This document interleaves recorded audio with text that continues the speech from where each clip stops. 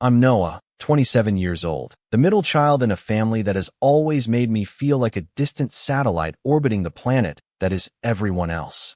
I'm not dramatic by nature, not the type to stew in bitterness or play the victim card. But sometimes, things happen that force you to reevaluate every polite smile, every missed call, every shrug off disguised as a joke. You start realizing that maybe all those times you were forgotten weren't just coincidences. Maybe, just maybe, they never really saw you as one of them to begin with. Growing up, our family gatherings were always loud, chaotic affairs, laughing over burnt barbecue, inside jokes from before I was born, and enough passive-aggressive comments to fuel a therapy group for a year. My older brother, Zach, now 30, was the golden child in every sense. Athletic, charming, always knew how to light up a room, and he loved being the center of it. Our younger sister, Ava, 23, was the baby of the family, which meant she could do no wrong. My mom especially doted on her like she was made of glass. And then there was me, Noah, the quiet one, the mature one, the, "Oh, I forgot you were there," one. It wasn't always like that. Or maybe it was and I was just too young to realize. There were good moments too. I'm not going to sit here and say my childhood was a soap opera from day one. But if you asked me to name a time when I truly felt seen, like really acknowledged, by my family, I'd struggle to find an example without some kind of caveat. Take birthdays, for example. Mine always fell during this awkward part of the summer when everyone was either on vacation or busy. One year, my mom actually texted me, "We'll celebrate yours and Ava's together next month. That way it's easier." Ava's birthday is a full 6 weeks after mine. Still, I kept showing up. I came to every reunion, every holiday dinner, every backyard barbecue. I brought thoughtful gifts. I offered to help clean up. I laughed at their jokes even when they made me the punchline. I told myself it was just family being family, that weird blend of love and irritation we all accept. That's just how it was. But then came the reunion. Every 2 years, my extended family hosts this big get-together. It rotates between a few cities, usually wherever one of the aunts or uncles lives. It's a big deal, dozens of us under one roof, or tent, way too much food, kids running around, old folks telling stories they already told last time. The works. This year, it was supposed to be at Aunt Marie's place. She's my mom's older sister, lives about 2 hours away in a nice little lake town with a huge backyard. I was actually looking forward to it. I'd been working nonstop at my job, IT support for a small medical company, and the idea of getting away for a weekend, seeing some cousins I hadn't caught up with in a while, maybe reconnecting with a few people. It sounded good. So I marked it in my calendar, Saturday, July 15th. I even asked for the Friday off so I could arrive early and help set up. I texted my mom the week before, double-checking the address. She replied, "Same place as last time. Can't wait to see you." No mention of the date, but I didn't think anything of it. I had it written down. I was prepared. The night before, I packed an overnight bag, picked up a bottle of wine to bring, and even printed out some old family photos I found in a dusty box at my apartment. Thought it'd be fun to share. I went to bed excited, maybe a little anxious, but ready. The next morning, I got up early, showered, dressed semi-casually but nice, tossed everything in the car, and made the drive. The sun was out. The highway was empty. I even had a perfect Spotify playlist queued up. Everything just felt right. And then, somewhere around 10:40 a.m., as I stopped at a gas station about 15 minutes from Aunt Marie's place, I pulled out my phone and sent a quick message to the family group chat. "Can't wait to see everyone at the reunion tomorrow." I hit send and grabbed a coffee from inside. When I came back to the car, I had 2 new messages. First one was from Zach. "Wait, you didn't know? It was yesterday." I stared at it, heart dropping a little. Was he joking? Zach was known for messing with me, especially over text. I smirked and waited for the inevitable, kidding LOL follow-up. But then another message popped up, this time from Aunt Marie. Just a photo. A group shot. Everyone was there. Mom, Dad, Zach, Ava, Aunt Marie, and Uncle Rick. Cousin Jenna with her new baby. Even Grandma June, who rarely left her house anymore. They were all smiling, arms around each other, plastic cups raised like it was the best day ever. Then Zach again, replying to my earlier message. "Guess no one told you, LOL. No emojis. No explanation. Just that. I just sat there in the parking lot, holding my phone like it might burn a hole in my hand. The breeze from the open window suddenly felt sharp. My stomach twisted, not from anger yet, but from that slow, creeping realization that maybe this wasn't an accident. I didn't respond. I didn't drive the rest of the way. I turned the car around, went home, and sat in silence for the rest of the day. And that night, I didn't sleep much. I thought about everything.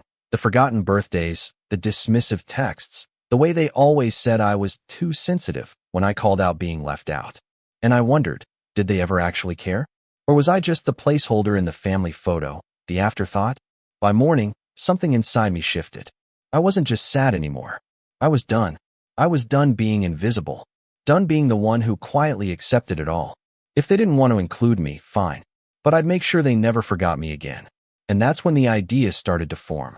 At first, it was a flicker. Oh, what if? But the more I thought about it, the more it made sense. If they wanted to pretend I didn't exist, I'd show them exactly what that felt like. I'd play their game. Only this time, I'd be the one making the rules. I didn't respond to Zach's text. Not that day. Not the next. I went totally silent, but not out of passivity. I wasn't hurt anymore. I was hollowed out. Like something inside me finally snapped. You can only take so much before the final straw breaks you. And for me, it wasn't just that they had the reunion without me. It was the casualness of it all. The flippancy.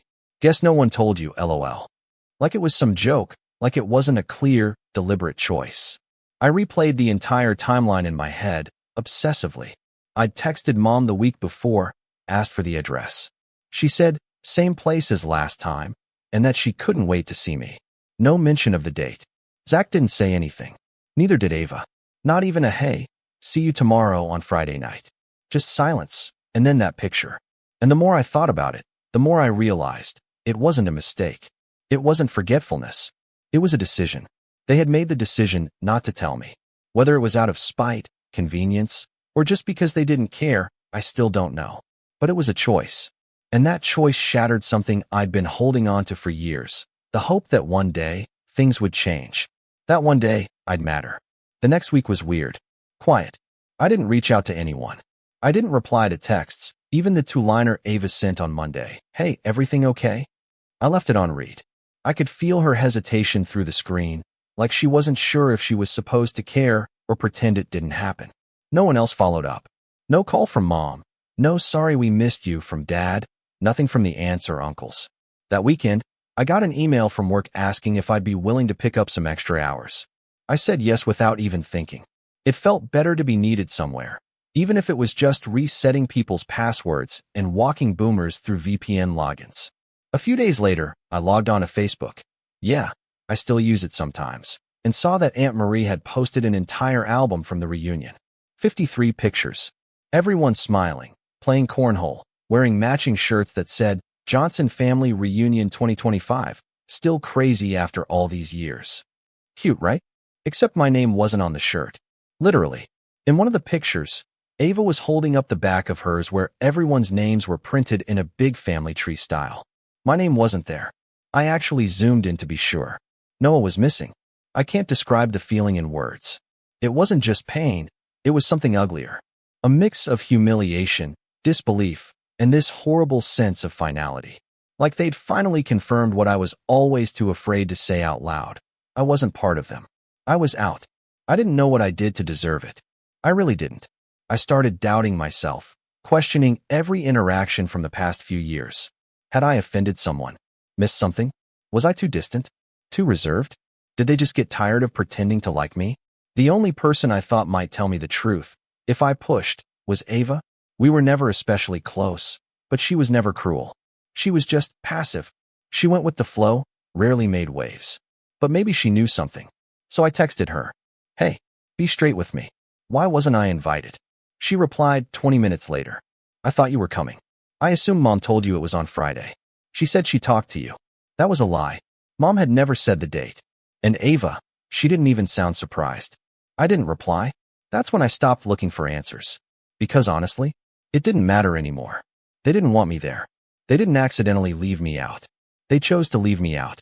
And then, just when I thought I was processing it all, something else happened that ripped the last piece of duct tape holding me together. My cousin Jenna had a baby shower the next weekend. I wasn't invited. How do I know? Because she posted photos of the party, tagging everyone who came. Zach was there. Ava, my mom, dad, even relatives who lived out of state. I wasn't even mentioned. No tag, no invite, not even a text saying, "Hey, just so you know, it's a small thing, no hard feelings." Nothing. The thing is, I'd always gotten along with Jenna. We bonded years ago over our shared love of bad sci-fi movies and argued about whether pineapple belonged on pizza. She used to text me when she had a rough day. I'd even helped her with her resume when she was job hunting. I was the one who fixed her laptop last Christmas. So I sent her a message. Just one line. Did I do something wrong? She read it. Didn't reply. That was the moment. The breaking point. I'd spent years telling myself that maybe I wasn't trying hard enough. That if I just reached out more, showed up more, made myself more visible, they'd see me. But I had been trying. And they saw me. They just didn't care. No matter what I did, no matter how much I gave, how polite I was, how quiet I stayed, there was no room for me in that family anymore. Not in the core group. Not where it mattered.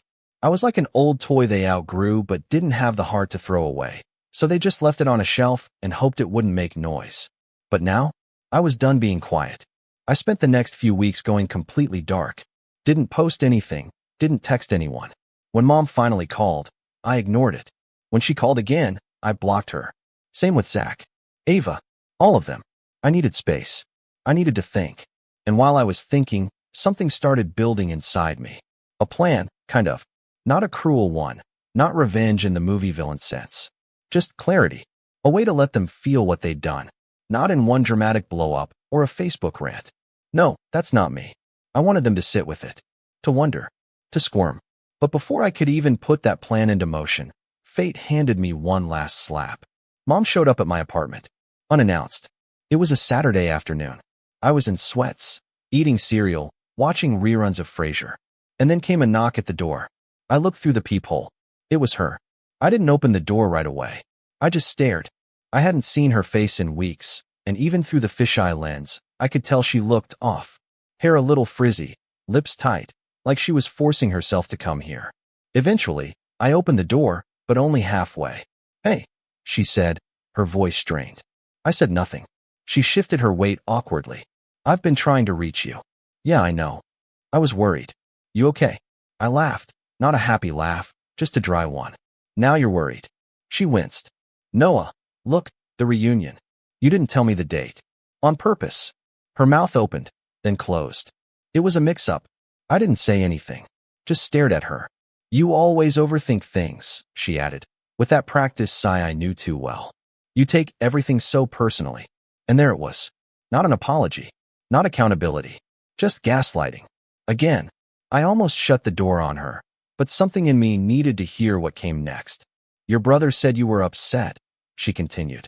"And I just think it's time to move past this. You're part of this family, Noah, but isolating yourself like this isn't healthy." "You're right," I said, nodding slowly. "It isn't." She smiled, relieved. Then I added, "That's why I'm done trying." And I shut the door in her face. She didn't knock again. She stood there for a few seconds. Then I heard her footsteps walking away. And inside, I felt calm. Not angry. Not sad. Just focused. Because now, I wasn't just reacting. Now I was planning. And I already knew exactly how it would begin. Rock bottom isn't always loud. It doesn't come with fireworks or screaming matches or glass shattering against the wall. Sometimes it's quiet. Sometimes it looks like sitting in a dark room at 2 a.m., phone face down, realizing there's not a single person you can call, not without the conversation feeling fake or one-sided. That was me for a while. The silence after shutting the door on my mom didn't come with relief. Not right away. It came with more silence. Deafening silence. The kind that echoes. The next few weeks blurred together. I wasn't depressed, not in the way that keeps you in bed all day, but I wasn't okay either. I went through the motions. Work, food, sleep. I kept busy enough to avoid thinking too much, but not so busy that I felt alive. I didn't post on social media. I muted the family group chat. I even moved some of my old photos into a box and shoved it in the back of the closet. There was something symbolic about it, closing a chapter, or at least trying to. I stopped answering when Ava texted. She sent messages like, "Can we talk?" and "Mom's worried." But they felt hollow.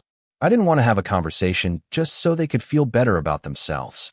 I wanted space. I wanted air. I wanted to feel like my life wasn't just an offshoot of theirs.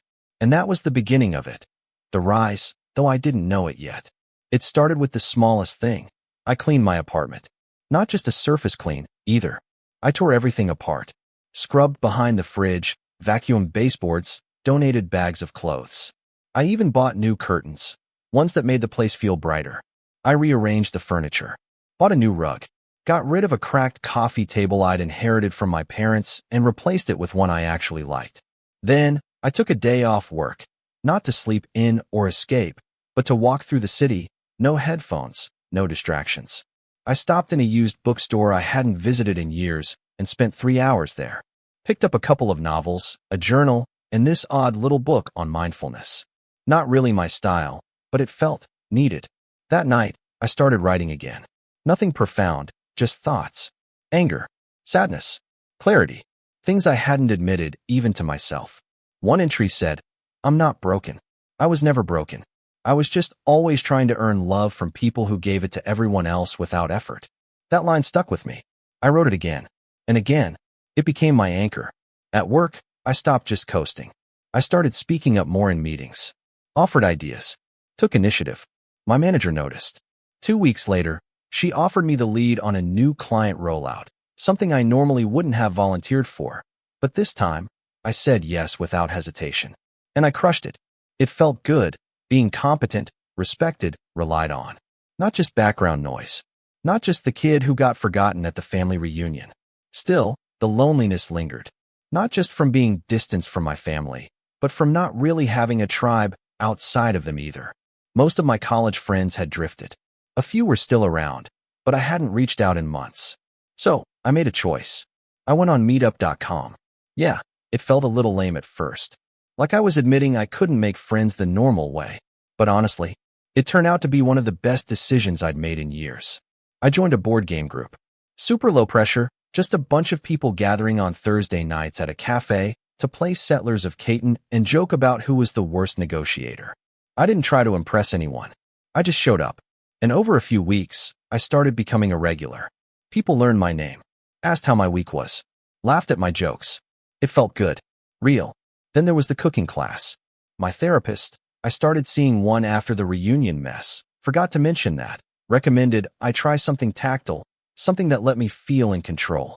So I signed up for a beginner's Italian class at a local community center. I thought I'd drop out after the first week, but I didn't. I showed up, apron and all. I learned how to make handmade pasta. I learned that I love kneading dough, that chopping onions with the right knife feels almost therapeutic. There was something incredibly grounding about it, being around strangers, flour on our hands, laughing about burnt garlic. One night, after class, a woman named Elise, freckles, dry wit, smarter than I could track sometimes, asked if I wanted to grab a drink. We ended up talking for 3 hours. About nothing. About everything. She didn't know anything about my family, my past. Just me now. And she seemed to like that person. Meanwhile, the silence from my family continued, at least mostly. Ava still sent a message now and then. I ignored them, not out of malice, but out of self-preservation. I wasn't ready to let them back in. I didn't trust it.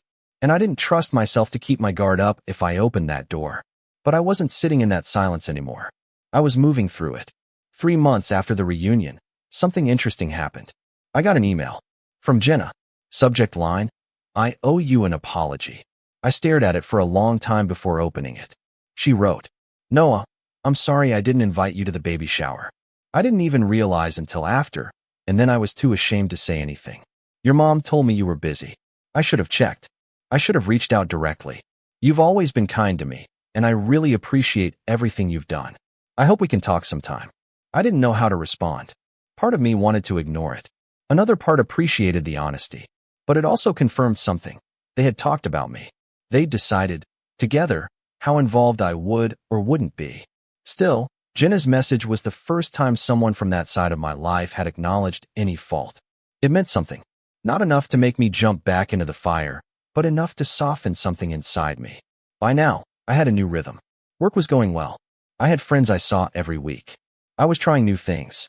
I even started planning a solo trip for the fall, first vacation in years. But the most unexpected shift? I started feeling proud of myself. Not in a braggy way, just quietly proud. For taking control. For refusing to keep chasing people who'd always made me feel like a second thought. For building a life that didn't revolve around trying to fit into a mold someone else carved. I was doing okay. And then came the text that changed everything again. From Zach. Just 2 words. Call me. I stared at it, blinking. I hadn't heard from him in almost 4 months. Last thing he said to me was, "Guess no one told you, LOL." Now he wanted me to call? I didn't. Not right away. I waited 2 days. Then, curiosity won. I called. He picked up immediately. "Noah." "Thank God." I said nothing. "I know I'm probably the last person you want to hear from," he said quickly. "But I didn't know. About the reunion. I mean, I knew the date. But I thought you weren't coming." I scoffed. "No, seriously," he rushed on. "Mom told us you had a work conflict. That you said you'd skip this one." "That's a lie," I said flatly. "I know. Now I know. I only found out like 2 weeks ago. I saw your text again in the chat, the one from that morning. And then I talked to Ava. She told me you'd been distant. That you shut everyone out. I didn't realize how bad it was until Jenna told me what Mom said." He sounded sincere. But I'd heard that tone before. It always came too late. "Why are you telling me this now?" I asked. There was a pause. "Because she's doing it again." "Who?" "Mom." That got my attention. "Doing what again?" Zach exhaled. "She's planning a birthday dinner for Ava. Said she invited the whole family. But when I asked if you were coming, she said, 'Let's not make it awkward.'" I asked what she meant. "She said you weren't in a place to be around family right now. Like you were unstable or something." My jaw clenched. "She made it sound like it was your choice," Zach continued. "That you asked to be excluded. I didn't want to believe it. So I'm calling you." I didn't speak. "Noah," he said, voice quieter. "She's rewriting the story. Again. And no one's pushing back." A long silence followed. Finally, I asked, "Why are you?" He hesitated. "Because I was a jerk," he said. "And I hate admitting that. But I think I just let Mom lead the narrative for too long. And I'm starting to realize how many people she's hurt by doing that." I leaned back in my chair, heart thudding. I didn't know what to say. "I'm not asking you to forgive her," Zach added. "But I thought you deserved to know what's happening. Before it happens again." And just like that, the final piece clicked into place. They hadn't just excluded me. They were rewriting me. Erasing me from the story, one event at a time. And if I let it go any further, there'd be nothing left to salvage, not even the truth. That was the moment I knew. It was time to stop rising quietly. It was time to let them feel everything they tried to bury. But not with anger. With something far more powerful. I didn't respond right away. Not to Zach's call. Not to his weird half-apology. Not even when he followed up with a text saying, "Just wanted to say I'm here if you ever want to talk more." I needed time to process what he'd said. Not because I didn't believe him. I did. But because it confirmed something I had only suspected before. They weren't just leaving me out. They were rewriting the narrative to make it look like I had excluded myself. That was the part that stuck with me. Not just the emotional sting of being forgotten, but the calculated, subtle manipulation. My mom, who'd always been the soft-voiced coordinator of family dynamics, the one who decided who got what at Christmas and who sat where at Thanksgiving, was quietly pruning me out of the family tree. Not by cutting me off. No, that would have made her look bad. She was doing something worse. She was making it look like I left on my own. That's what made my hands start to shake with a different kind of energy. Not sadness. Not even rage. It was purpose. You see, my mom's power didn't come from being loud. It came from image control. She ran the family like a publicist runs a client. Curated, polished, always just the right amount of emotional appeal. She posted birthday collages with perfectly worded captions. She knew which cousin needed a little extra mom time, and which aunt to flatter to keep the peace. And everyone, trusted her version of events. Until now. Because here's the thing she never expected. I kept receipts, old texts, calendar invites, photos, messages, audio notes. Every time I was told a different date, or told, "We'll celebrate you next time," or promised I'd be included but wasn't, I'd saved it. Not out of paranoia, just habit. I was the techie one, after all. I didn't even know I was building a timeline of my own erasure. But now, that timeline had value, and I wasn't going to waste it. That night, I pulled out my old laptop, my non-work one, and started building a folder labeled Family Record. Inside it, I organized everything. Screenshots of text conversations, photos with me cropped out, messages from cousins apologizing too late, even audio from an old family call where mom said, "Let's keep it small this year." Noah doesn't like crowds, which I remembered clearly because I'd offered to host that year. It was all there. By midnight, I had over 50 files. By the end of the week, over 100. But I didn't want to just dump it all in a dramatic email and call it a day. That would be satisfying for 5 minutes, but then it would vanish into the noise of family drama. No, I wanted this to land. I wanted it to stick, to simmer, to expose the cracks she'd tried so hard to paper over. So I asked myself, what did my mom fear most? The answer was obvious. Public exposure. Not to the whole world. Just to our world. The family. The extended cousins. The church friends. The neighbors who saw her as the sweet, doting matriarch who always brought the best casserole. And so the plan began. The opportunity came sooner than I expected. Zach texted again a few days later. "Zach, Ava's birthday dinner is next Saturday at 6. She wants you there." "I mean that." I stared at it, heart thumping. "Me? Does mom know you're inviting me?" "Zach, she's not inviting you. Ava is. It's at a restaurant, not mom's house. So technically, she can't stop you from coming." I didn't reply right away. I needed to be strategic. I spent the next 4 days gathering the final pieces. I called Jenna and asked if she'd be willing to talk. To my surprise, she was not only willing, she was ready. "I've been uncomfortable about what happened all year," she admitted. "I've just been afraid to say anything. You know how it goes. Speak up and suddenly you're the dramatic one. I don't want drama," I told her. "I just want the truth to be seen." "Well," she said after a pause, "tell me how I can help." And just like that, I had my first ally. Next was Ava. I broke the silence and texted her. "Me? Heard about your dinner. You actually want me there?" She replied almost instantly. "Ava, yes." I didn't know what was going on until Zach told me. "I've been out of the loop. I'm sorry." "Me? It's not about being out of the loop. It's about choosing to look away. But I'll come. Just know, I'm not pretending nothing happened." "Ava, fair." "Me? Do me one favor." "Ava, anything." "Me? Please don't tell mom I'm coming." She replied with a single thumbs up. Now came the real prep. I compiled a short presentation, not dramatic, not bitter, just honest. It wasn't a PowerPoint or anything, just a printed timeline with screenshots attached. I made about 10 packets. Each one was clean, organized, and labeled. "Just so you know, from Noah." I placed them in a slim leather folder. And then I called someone I hadn't spoken to in nearly a year. My uncle Darren. Now, Darren's important. He's mom's younger brother. Always a bit of a black sheep in the family. Not because he did anything wrong, but because he didn't play along.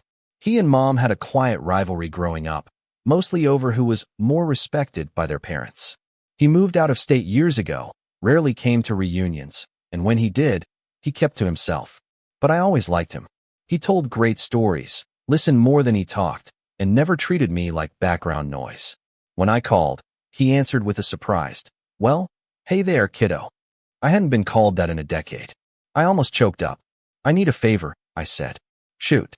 I want you at Ava's dinner next Saturday, and I want you to help me keep things grounded.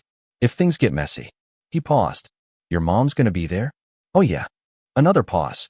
Then he said, "Say no more. I'll be there." And just like that, I had backup. The night of the dinner, I dressed simply. Dark jeans, collared shirt, nothing flashy. I wasn't there to perform. I was there to present. The restaurant was a nice place downtown. Semi-private dining area. When I arrived, Ava was already there, chatting with a few cousins. She looked genuinely happy to see me. So did Jenna. Zach gave me a nod from across the room. Then I saw her. My mom. She was standing near the far end of the table, in a floral blouse, glass of wine in hand, laughing at something someone said. Her face didn't change when she saw me walk in. Not surprise. Not discomfort. Just a neutral, practiced smile. She came toward me and gave me a stiff hug. "Noah," she said, "I didn't think you were coming." "Guess no one told you," I said with a straight face. Her smile twitched, and then I walked past her. Dinner began like any other, small talk, appetizers, polite clinks of silverware. I made no move, not yet. I waited until halfway through, just after Ava opened her gifts. And then, calmly, I stood up. "I'd like to say something," I said. The table quieted. I pulled the folder from under my chair, placed it in front of me, and slowly slid a packet to each person within reach. "What's this?" Mom asked, still smiling. I didn't answer her. I addressed the table. "For a while now," I began, "there's been a story going around about how I've chosen to pull away from the family, about how I missed the reunion and the baby shower and other events because I was too busy or didn't want to come." I let that hang. "Well, that's not the truth." I took a breath. "The truth is, I wasn't told. Or I was told the wrong date. Or I was told I wasn't needed. Or that things were small this year. And while that could be seen as forgetfulness or miscommunication, what makes it worse is that someone's been rewriting that story to make it seem like I left." Mom shifted in her seat. "These packets," I continued, "contain receipts, dates, screenshots, conversations. I'm not sharing them to embarrass anyone. I'm sharing them so you can see what actually happened. Because I'm tired of being erased." Silence. Not the awkward kind. The heavy kind. "I've spent years trying to be part of this family," I added. "And I realized recently, I don't need to try. I just need to be treated like I belong. And if I'm not, then at least let me be excluded honestly, not behind a lie." I sat down and waited. My mom's hand was frozen on her wine glass. Her eyes flicked through the packet in front of her. So did others. Zach looked stunned. Jenna was already nodding. "And Uncle Darren?" He smiled. Not a big grin. Just the knowing, quiet smile of someone who'd seen this coming for years and was finally watching the truth find its way to the surface. No one said anything right away, but I didn't need them to, because for the first time in my life, I wasn't invisible anymore. But this was just the beginning. The silence after I finished speaking at Ava's birthday dinner was heavy, but not hostile. It was the kind of silence that hangs in the air when people don't know whether to look at you or look at the person sitting next to them. Some eyes darted toward my mom. Others lowered to the packets on the table. I didn't say anything else. I didn't need to. And that was the power of it. For once, I hadn't raised my voice. I hadn't begged to be included. I hadn't tried to defend myself with emotion or desperation. I had just told the truth, clearly, calmly, and with receipts. The dinner ended awkwardly. A few people whispered their goodbyes, some hugged Ava, others made excuses to leave early. Uncle Darren patted my shoulder and said, "Proud of you." That meant more than I expected. Zach didn't say much, but he nodded at me like he finally understood the full weight of everything I'd been carrying. But Mom didn't say a word. She left before dessert. The fallout started small, subtle. The first ripple came from Aunt Marie, of all people. She texted me 2 days after the dinner. "Aunt Marie, I had no idea. I'm sorry, Noah. I should have asked more questions instead of just trusting what I was told." She wasn't dramatic about it, but it was enough. Enough to confirm what I suspected. She'd been complicit, yes, but passively. Like so many others. They just went along with the narrative. But now the narrative had cracks. A few days after that, I noticed I'd been unblocked on Facebook. By Jenna. Then by 2 cousins who hadn't spoken to me in over a year. No messages, not yet, but the gesture was there. But the real blowback hit when my mom tried to do damage control and failed. She posted a carefully worded status on Facebook. Families go through things. Misunderstandings happen. Sometimes people misinterpret boundaries or mistakes. But at the end of the day, love wins. Always. Subtle, right? But I wasn't subtle anymore. I didn't reply publicly. I just posted a status of my own. If someone constantly rewrites the past to make themselves the hero, eventually the truth catches up. Love isn't silence. It isn't manipulation. And it definitely isn't gaslighting. I didn't name names. I didn't have to. The comments rolled in, supportive, curious, some vague well wishes from people who knew something was up but weren't sure what. And then came the private messages. From extended relatives. From old family friends. Even from 2 of Mom's church group buddies. All of them said variations of the same thing. "I never knew. I'm so sorry." Apparently, Jenna and Zach had started quietly circulating the packet. Not in a messy way, just a few people who asked what had happened, and Jenna said, "Read this. Then let's talk." That was the genius of it. I didn't have to go viral. I just had to tell the truth and let it echo. It was like water seeping through foundation cracks. Slow at first, but relentless. And once it started, you couldn't ignore the leak. Then the final piece fell into place. Church. Now, I don't attend regularly, but my parents do. They're practically royalty at the local congregation. Or were. My mom led the women's retreat committee. My dad ran parking coordination. They were known as the solid ones, the dependable couple, always present, always involved. Until people started asking why their middle son wasn't at last year's holiday service, or the Christmas Eve dinner, or the Easter brunch. And when they asked Mom, her response, apparently, was something along the lines of, Noah's on a journey. We're praying for him. That alone didn't raise alarms. But when the packets started surfacing in group chats and email threads, everything changed. I got a call from Pastor Greg. We hadn't spoken in years. He used to be my youth pastor. He sounded nervous. Noah, he said, I just wanted to say, I had no idea. I'm sorry for any role I played in not checking in. I wish I had. That call stunned me. Not because of what he said, but because he knew. Somehow, it had reached him. That's when I realized this wasn't about revenge anymore. This was about reality asserting itself. The truth was no longer just mine to carry. Now, they all had to reckon with it. Even Mom. She tried reaching out. Of course she did. First it was a voicemail. Calm, carefully rehearsed. Noah, I'm really sorry for how things have unfolded. I wish we could talk privately. These public things, they only hurt everyone. Then came a text. Can we have dinner? Just the two of us. I didn't respond. Then another. I think we both said things we didn't mean. That made me laugh. I hadn't said anything cruel. I had spoken plainly. That was the part she hated most. Not the tone, but the clarity. Zach texted me a few days later. Zach, she's spiraling. Keeps saying you've turned everyone against her. Me. I didn't turn anyone. I just stopped covering for her. He didn't argue. At work, things continued to get better. I got a raise. Was offered a chance to lead a second client rollout. I even got invited to speak at a regional tech event. Just a short panel, but still. And Elise and I had started seeing each other regularly. Nothing serious yet, but she liked me. The real me. Not the family role I was forced into for years. And then, a week before Thanksgiving, I got a handwritten letter. From my mom. It was long. 5 pages. Rambling in some parts. Emotional in others. There were apologies, sort of. More about how she felt. How hard it was to be misunderstood. How she never meant to exclude me, but had to make choices that kept the family dynamic stable. That line got me. Choices that kept the family dynamic stable. Translation, she knew what she was doing. And she did it anyway. Because it was easier to erase me than to change the script. She ended the letter with this. I hope one day you'll forgive me. I just want us all to be whole again. I sat with it for an hour. Then I wrote one sentence on a blank piece of paper and mailed it back. Wholeness doesn't come from pretending the cracks weren't there. I haven't heard from her since. Christmas came and went. I didn't go. I spent it with Elise, her brother, and a few friends from the board game group. We made pasta from scratch. Played Cards Against Humanity. Laughed until 2 a.m.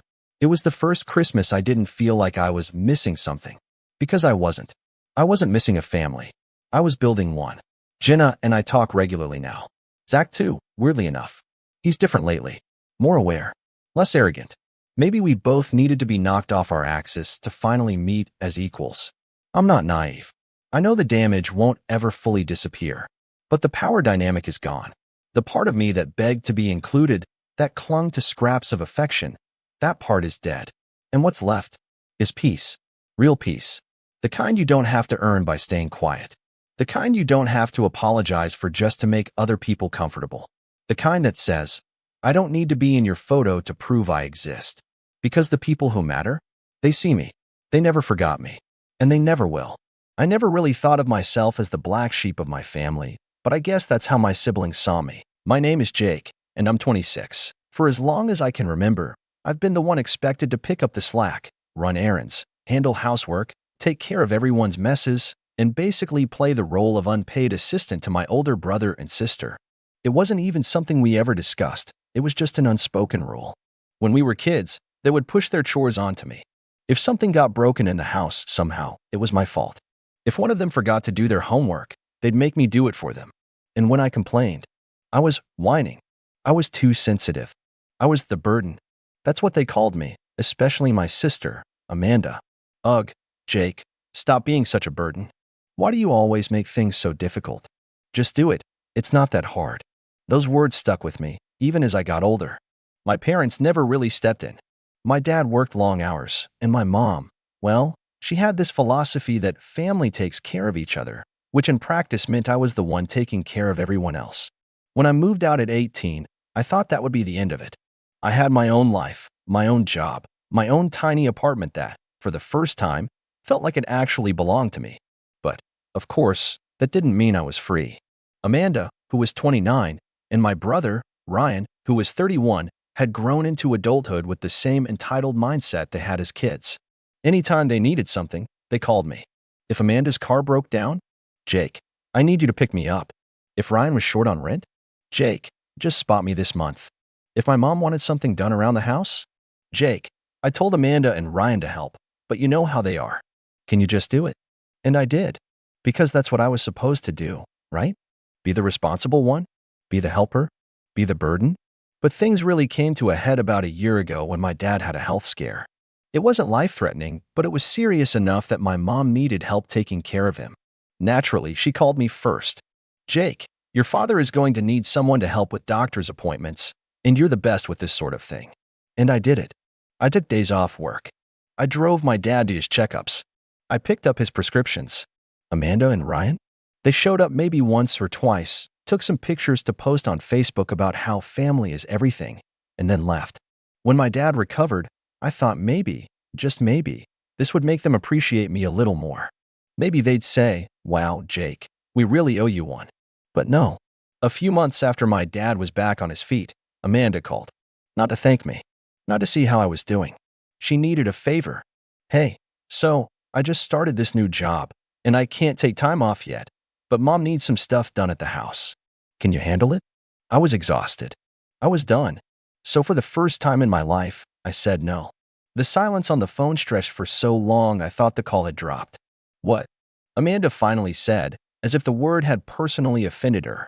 I said no. I can't. But Mom needs help. Then maybe you and Ryan should help her. She scoffed. You're seriously going to be selfish right now?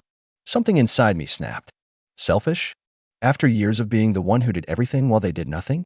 I have my own life, Amanda, I said, keeping my voice as calm as possible. Figure it out. And I hung up. That was the first domino to fall. After that, I stopped answering their calls. Not immediately. At first, I made excuses. I was busy. I had work. I wasn't feeling well. But the truth was, I was done being their safety net. I stopped driving across town to run errands. I stopped bailing Ryan out when he overspent his paycheck. I stopped being the family's go-to problem solver. At first, they didn't notice. Or maybe they just assumed I'd come around like I always did. But then the text started. Ryan, hey man, you got a sec? Need a favor. Amanda, Mom's asking for you. Can you call her? I ignored them. Then came the guilt tripping. Amanda, so you're just abandoning your family now? Ryan, dude, what's your problem? We're supposed to have each other's backs. Mom even got in on it. Sweetheart, I don't understand why you're acting this way. Family takes care of each other. I wanted to scream. I wanted to send them all a long, detailed message about every time they had ignored me, dismissed me, used me. I wanted to tell them that I was tired, that I was done. But I didn't. Instead, I just stopped responding altogether. That's when the real fallout began. And I'll tell you all about it, because if they thought I was going to roll over like I always had, they were in for a surprise. The silence didn't last long. At first, I think they were convinced I was just being moody and that I'd come to my senses soon enough. After all, that's how it always went. I'd get frustrated, I'd try to push back, and then eventually, I'd cave. I'd show up at Amanda's doorstep or answer Ryan's calls, or let my mom guilt trip me into doing whatever needed to be done. But this time was different. A week passed. Then two. I ignored every text, every call. I blocked Amanda and Ryan when they got too aggressive. Mom was the only one I didn't block, but I kept my replies vague and distant. Then, about 3 weeks in, I got a text from my mom that made my stomach sink. Your brother got evicted. For a second, I almost felt bad. Almost. Ryan had always been terrible with money. He made decent enough cash at his job, but he spent it like water. New gadgets, expensive clothes, nights out drinking. He never planned ahead. And for years, I had been his safety net. Anytime he came up short, he knew he could count on me to fill in the gaps. Not this time. I didn't reply right away. I needed a moment to process. Then, after a deep breath, I texted back, that sucks. Hope he figures it out. A minute later, my phone rang. Mom. I almost let it go to voicemail, but some part of me wanted to hear what she had to say. So I answered. Jake. She didn't even let me get a word in before she launched into it. I don't understand what's going on with you. Your brother is in trouble, and you're acting like you don't even care. I pinched the bridge of my nose. Mom, Ryan's an adult. He knew his rent was due. He should have paid it. He would have if he had a little help. You mean if I had helped him? A sharp silence. Well, yes. That's what family does. No, Mom. I said, my voice steady. That's what I do. And I'm done. Her tone shifted instantly, from frustration to exasperated disappointment. Jake, I don't know what's gotten into you. This isn't how I raised you. I actually laughed. No, Mom. This is exactly how you raised me. You raised me to put everyone else first. To be responsible for my siblings while they did whatever they wanted. To drop everything the second they needed something. But guess what? I'm not their backup plan anymore. She was quiet for a moment, probably because she wasn't used to me talking back like this. Then, with a sigh, she said, Ryan's staying with Amanda for now, but he can't stay there forever. He needs somewhere to go. And there it was. The real reason for the call. You want me to let him move in with me. Just for a little while, she said quickly, like she could hear the refusal forming on my lips. Until he gets back on his feet. He's your brother, Jake. I clenched my jaw. He's a grown man who should have figured out how to stand on his own feet a long time ago. Jake. No, Mom. I took a breath, forcing myself to stay calm. He's not moving in with me. I'm not paying his bills. I'm not solving his problems. If he wants to fix this, he needs to do it himself. Her voice turned sharp. And if it was you in trouble, wouldn't you want help? I let out a humorless laugh. Funny, because I've been in trouble before, Mom. I've been struggling. I've been exhausted. And you know what? No one ever stepped up for me. No one ever asked if I needed help. That's not fair, isn't it? She went quiet again. I sighed. I gotta go, Mom. Jake, good night. I hung up before she could try again. And for the first time in my life, I didn't feel guilty. I felt free. But I knew this wasn't over. Because Amanda and Ryan, they weren't the type to just let things go. And I had a feeling they were about to make things much worse. The next day, I got a text from Amanda. I almost didn't read it, but something about the way she phrased it caught my attention. It was too calm, too carefully worded. It made me suspicious. Hey, Jake. We need to talk. It's about Ryan. Please just hear me out. I stared at the message for a while. I'd been expecting something more like, you're an awful brother, or you're abandoning your family. But this felt different. She wasn't yelling, at least not yet. I didn't respond immediately. I was trying to figure out my next move. I'd made it clear I wasn't interested in helping Ryan, and I sure wasn't going to let Amanda guilt trip me into it.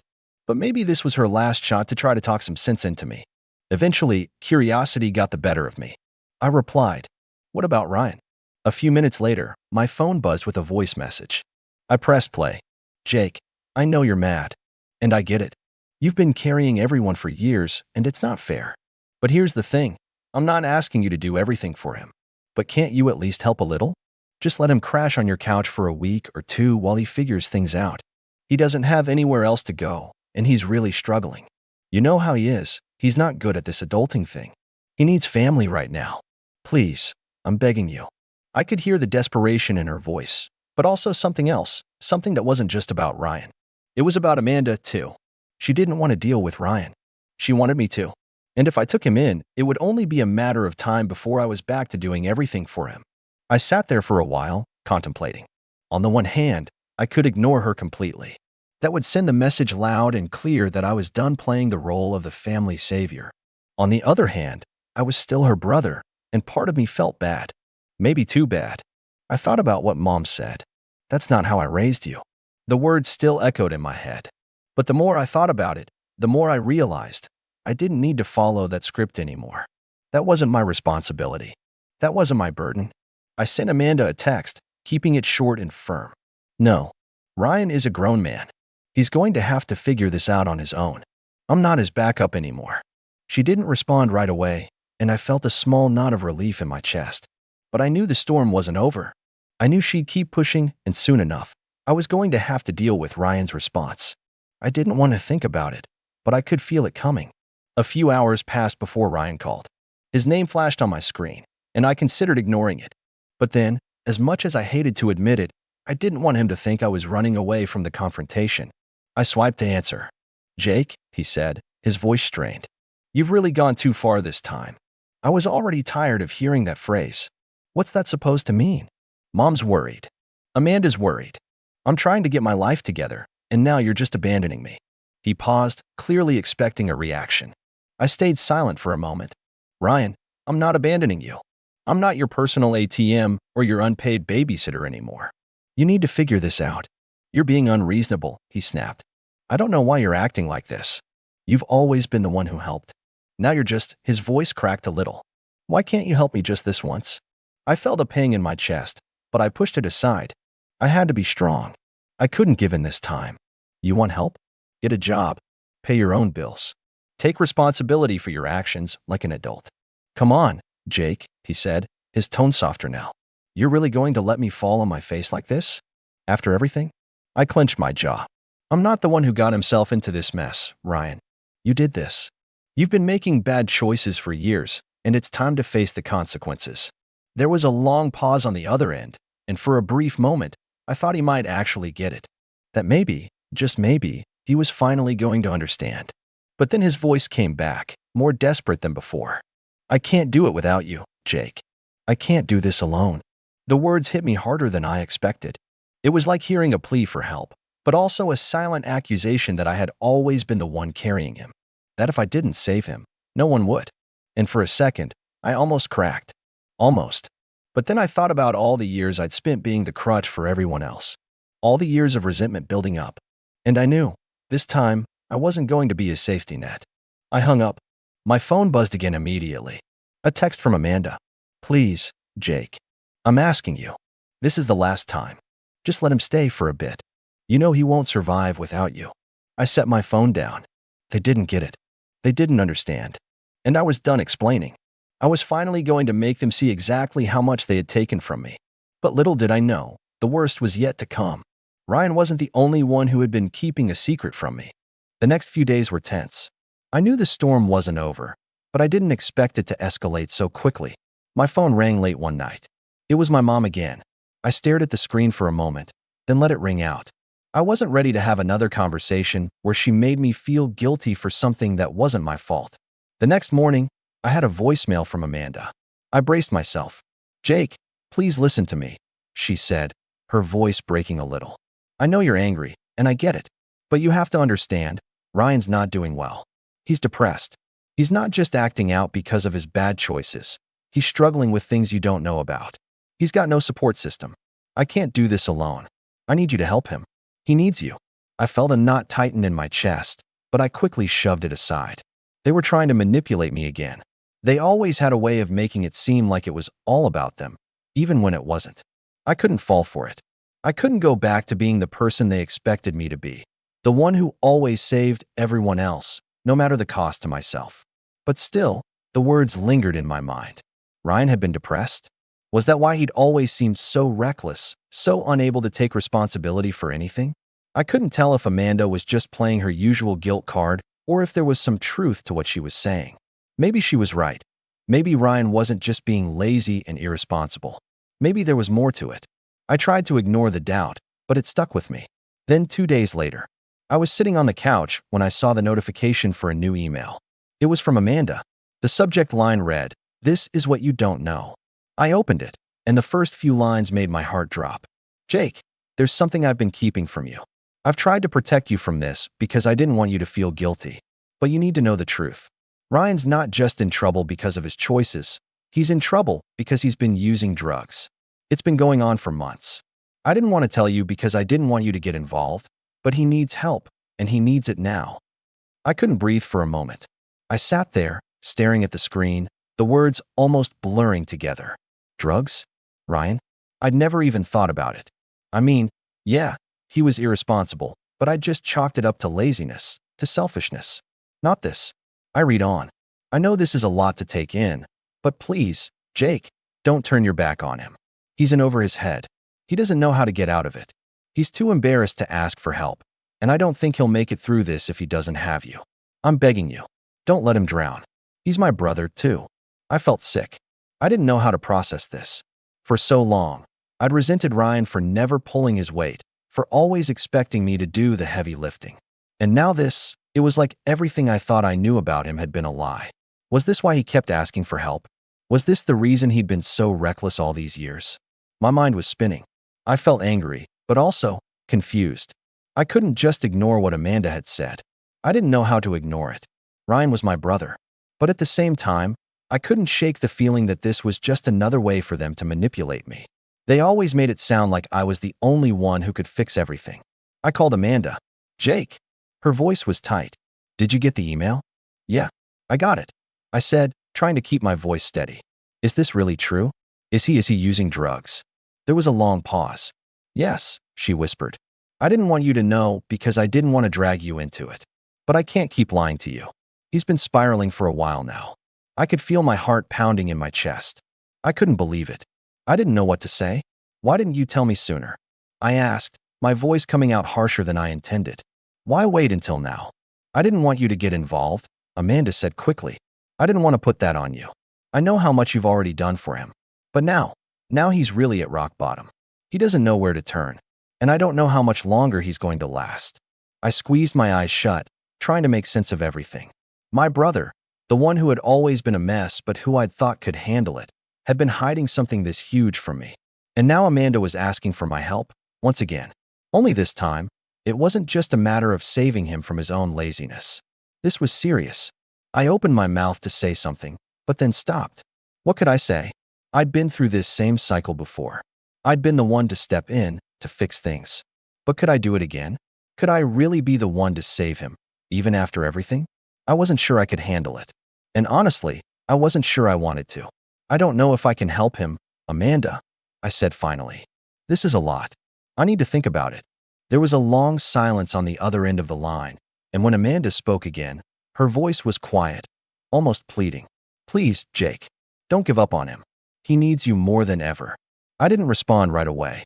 Instead, I stared at the screen of my phone, the weight of everything pressing down on me. Was I really ready to step back into that role? Could I be the one to fix this, to pull him out of the mess he'd made? I didn't have an answer. Not yet. But I could feel the tension building, and I knew I was going to have to make a decision soon. The question was, what kind of person did I want to be? The one who kept rescuing my brother, or the one who finally stepped back, let him fall, and let him learn on his own? I wasn't sure I could do either. But I knew one thing for sure. Whatever I decided, it wasn't going to be easy, and it wasn't going to come without consequences. But I couldn't ignore the fact that this was my family, and no matter how much I wanted to walk away, they weren't going to make it easy. A few days passed, and the weight of the situation only grew heavier. I couldn't sleep. I kept replaying Amanda's words in my head. He needs you more than ever. But did he? Did Ryan really need me? Or was this just another manipulation, another ploy to make me feel guilty for not doing enough? The truth was, I didn't know. I spent hours thinking about the past, the years of taking care of everyone else, putting my needs last, never being allowed to say no without being called selfish. All the times I'd been there for Ryan, only for him to fall back into his bad habits, asking for more help, more money, more of my time. And then I thought about the things I wanted for myself, the life I had started to build, away from the chaos of my family. A life where I didn't feel like I was constantly sacrificing everything for people who never seemed to change.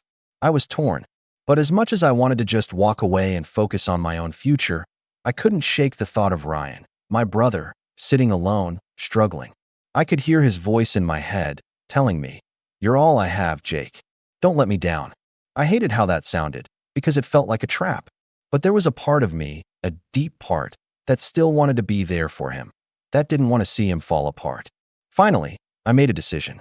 I wasn't going to let him manipulate me into feeling guilty anymore. I had already been down that road too many times. But I also couldn't just turn my back on him entirely, not with everything I now knew. I had to find a way to help him without sacrificing myself in the process. The next morning, I called Amanda. She picked up on the first ring. "Jake, are you okay?" she asked softly. "Have you thought about what I said?" "I've been thinking a lot," I said. "I'm not going to let him drown, Amanda. But I'm not going to be his crutch anymore either. I can't keep bailing him out. He has to want to change. He has to do the work, too." There was a pause, and I could hear the relief in Amanda's voice when she spoke again. So what are you saying? I'm saying I'll help, I said, but on my terms. I'll help him get into rehab. I'll help him find a therapist. I'll give him the support he needs to get better, but I'm not going to keep covering for him. I'm not going to give him money or keep taking care of his problems.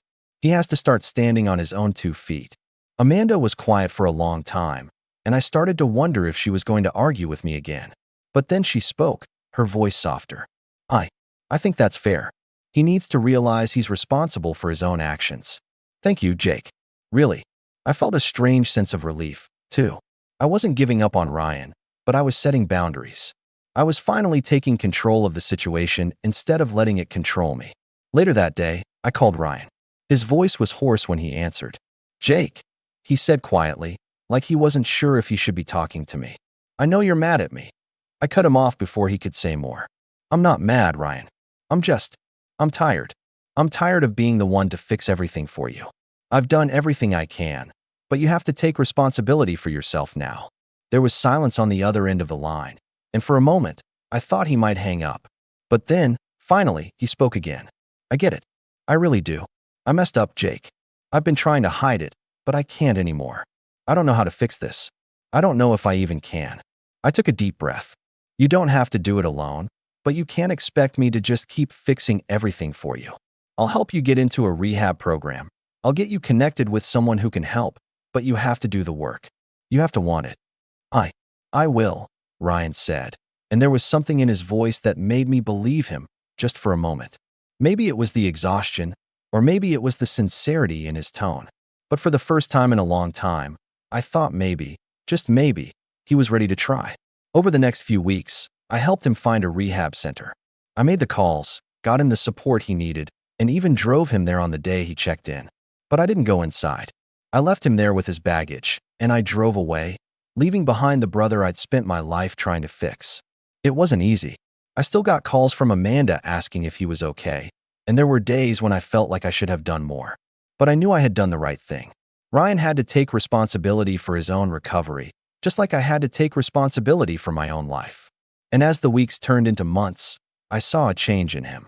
It wasn't instant, and it wasn't perfect, but he was trying. And that, for the first time, felt like enough. I wasn't the savior anymore, and that was okay. Sometimes, the best way to help someone is to let them figure things out for themselves. It's hard, but it's the only way they'll ever learn. And for once, I was okay with that. Thanksgiving dinner has always been a weird tradition in my family. Not weird because of the food or the people. We're not the kind of family that deep fries a turkey in the backyard or starts food fights over cranberry sauce. No, it's weird because it always feels like a performance. A performance of what a functional family should look like, with polite smiles, clinking glasses, and scripted jokes that everyone's heard 100 times before. But beneath it all, there's this constant hum of tension, like everyone's just pretending. Like we're all reading from a script none of us really believe in anymore. My name's Spencer. I'm 33. I live alone in a 1-bedroom condo I bought a few years ago, about 40 minutes outside the city. No kids. No wife. Just me, a decent job in software development, and a cat named Milo who's better company than most humans I know. I guess that makes me the odd one out in my family. My younger brother, Jason, is married with 3 kids. My older sister, Melissa, has 2 teenage daughters and a husband who owns a construction company. They both live in the same suburb as my parents, while I've always been more removed. And that's never really sat well with my dad. He's old school. Worked in manufacturing for 35 years before getting laid off just before retirement. He's the kind of guy who thinks being a man means having a family, mowing the lawn every Saturday, and teaching your kids to ride a bike. I didn't do any of that. I stayed single, built a quiet life, and invested in tech stocks instead of a riding mower. Ever since I turned 30, he's made it his personal mission to remind me, in subtle and not so subtle ways, that he thinks I've failed at life. It's not like I didn't try to connect with him over the years. I offered to take him to a few tech conferences, thinking he might be interested in what I do for a living. He declined every time, saying he wasn't into all that computer garbage. I helped Melissa's kids get laptops for school, and when I tried explaining what kind of specs to look for, he cut me off with a joke about nerd talk. He'd smile while he said it, sure, but there was always a bite behind it. And I always swallowed it down, thinking it wasn't worth starting anything over. Every year, I tell myself I'll skip Thanksgiving. Every year, I drive over anyway. Maybe out of guilt, maybe out of habit, maybe because part of me still hoped it'd be different. But this year felt different from the start. Melissa hosted it this time. She has the biggest house, one of those new builds with a 2-story foyer and an open-concept kitchen that looks like something out of a home renovation show. I showed up with a bottle of wine and a tray of stuffed mushrooms I knew nobody but me would eat. The second I walked in, I could already feel it, that underlying hum of judgment. Jason raised his eyebrows when he saw I came alone again, like it was some sort of surprise. Melissa gave me a quick hug, then went back to bustling around the kitchen like a contestant on a cooking show. And my dad? He was parked in the living room, watching football and sipping his second beer. He barely looked up when I walked in. Dinner was at 6. We all gathered around the big table Melissa had decorated with pumpkins, candles, and those little name cards like she was hosting a magazine shoot. The food was great, credit where it's due, but the conversation was the same old script. Jason talked about his son's soccer league and how he was already being scouted at 9 years old. Melissa bragged about her daughter getting into some honors program. Everyone clapped politely. Then it came to me. "So, Spencer," Melissa said, topping off her wine. "Still working from home?" "Yeah." I nodded, swallowing a bite of turkey. "Same company, just got a promotion actually. I'm leading a new project starting next quarter." "That's nice," she said with a tight smile. "Must be nice not having to worry about babysitters or school pickups." That stung a little more than I expected. I forced a smile and took another sip of wine. I've gotten used to those little comments, those polite digs masked as casual remarks. It's always the same undertone. "You wouldn't understand, Spencer. You don't have a family." I was just about to change the subject when my dad leaned back in his chair, rubbing his stomach like he was already too full. Then he dropped the line that would stick in my head long after the plates were cleared. "You know," he said, with a smirk I've seen too many times, "you're a grown man with no family. What a failure." At first, I thought I misheard him. But then Jason laughed. Melissa tried to hide her grin behind her glass. Even Mom gave a small, embarrassed chuckle like she didn't want to be the only one not in on the joke. I didn't laugh. I didn't even flinch. I just looked at him, really looked at him. His face was red from the beer, his shirt stained with a bit of gravy, and that smug expression of his. It hit me all at once. The years of comments. The dismissive looks. The way he never really saw me unless it was to make me smaller. I felt this slow, creeping heat build in my chest, but I didn't let it boil over. Instead, I smiled. Calm. Collected. Almost amused. "Funny," I said, wiping my mouth with my napkin. "Coming from someone whose rent I've paid for the last 6 years." The laughter stopped like someone had yanked the cord out of the wall. The silence that followed was so sharp you could hear the hum of the refrigerator in the next room. My dad blinked, the smirk vanishing from his face. Jason stopped mid-chew. Melissa's wine glass paused halfway to her lips. Even my mom looked confused. I didn't say anything else. I let the silence sit. Let it breathe. Let it grow. Then I added, "That ends tonight." And that was when everything started to unravel. The silence after I said those words was heavy. Not dramatic, not cinematic, just heavy, like a weighted blanket soaked in cold water. Everyone at the table was processing it in their own awkward way.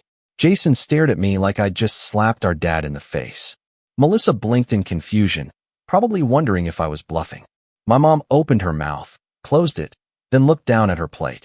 And my dad, he just squinted at me, like maybe he'd misheard, or maybe his hearing was finally starting to go. I almost hoped he had, for his sake. But I meant what I said. Every word. The truth is, my parents have been living in the same old house since I was a teenager. It's not a bad place. 2 stories, decent backyard, a little outdated, but nothing falling apart. After Dad got laid off at 59, he never really recovered financially. He applied for a few jobs here and there, but deep down, I think he felt humiliated.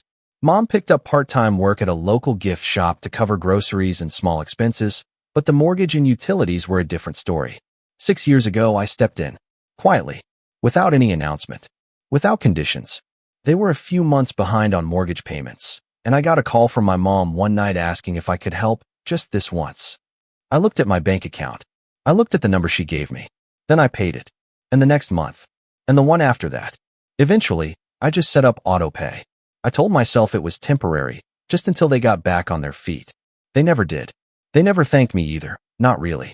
It became this unspoken arrangement, like a subscription they assumed came with no cancellation policy. I didn't mind at first.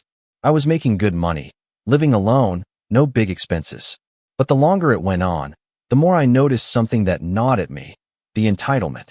They never asked how I was doing financially, never once offered to pay back a dime. My dad never even pretended to be grateful. Instead, he kept treating me like a disappointment.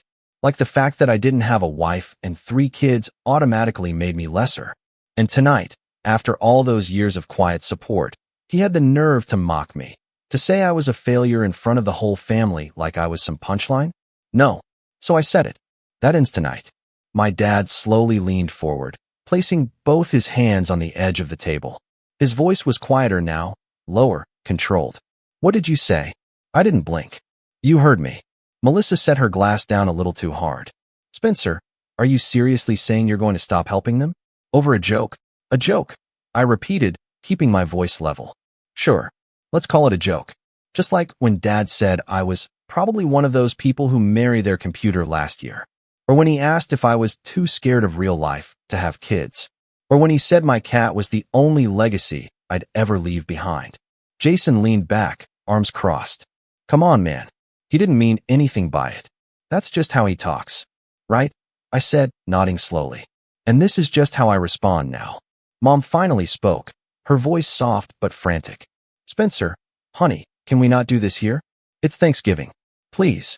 But it was already done. I stood up and carried my plate to the sink. My appetite was gone. As I ran some water over it, I heard my dad mutter something under his breath.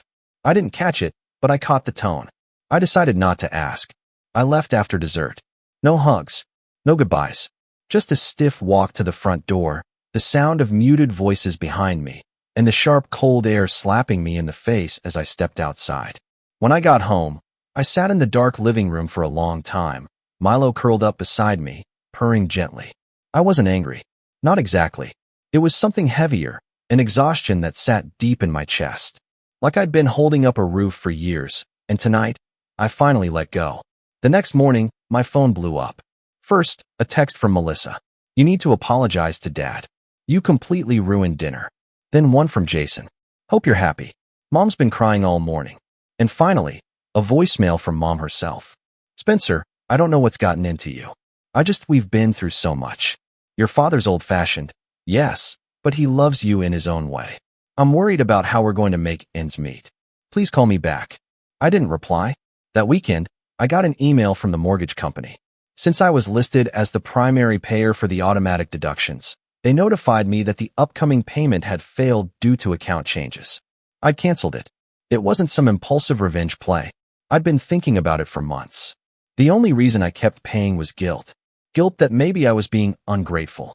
Guilt that maybe I owed them something for raising me. Guilt that maybe I was a failure, and this was my way of compensating.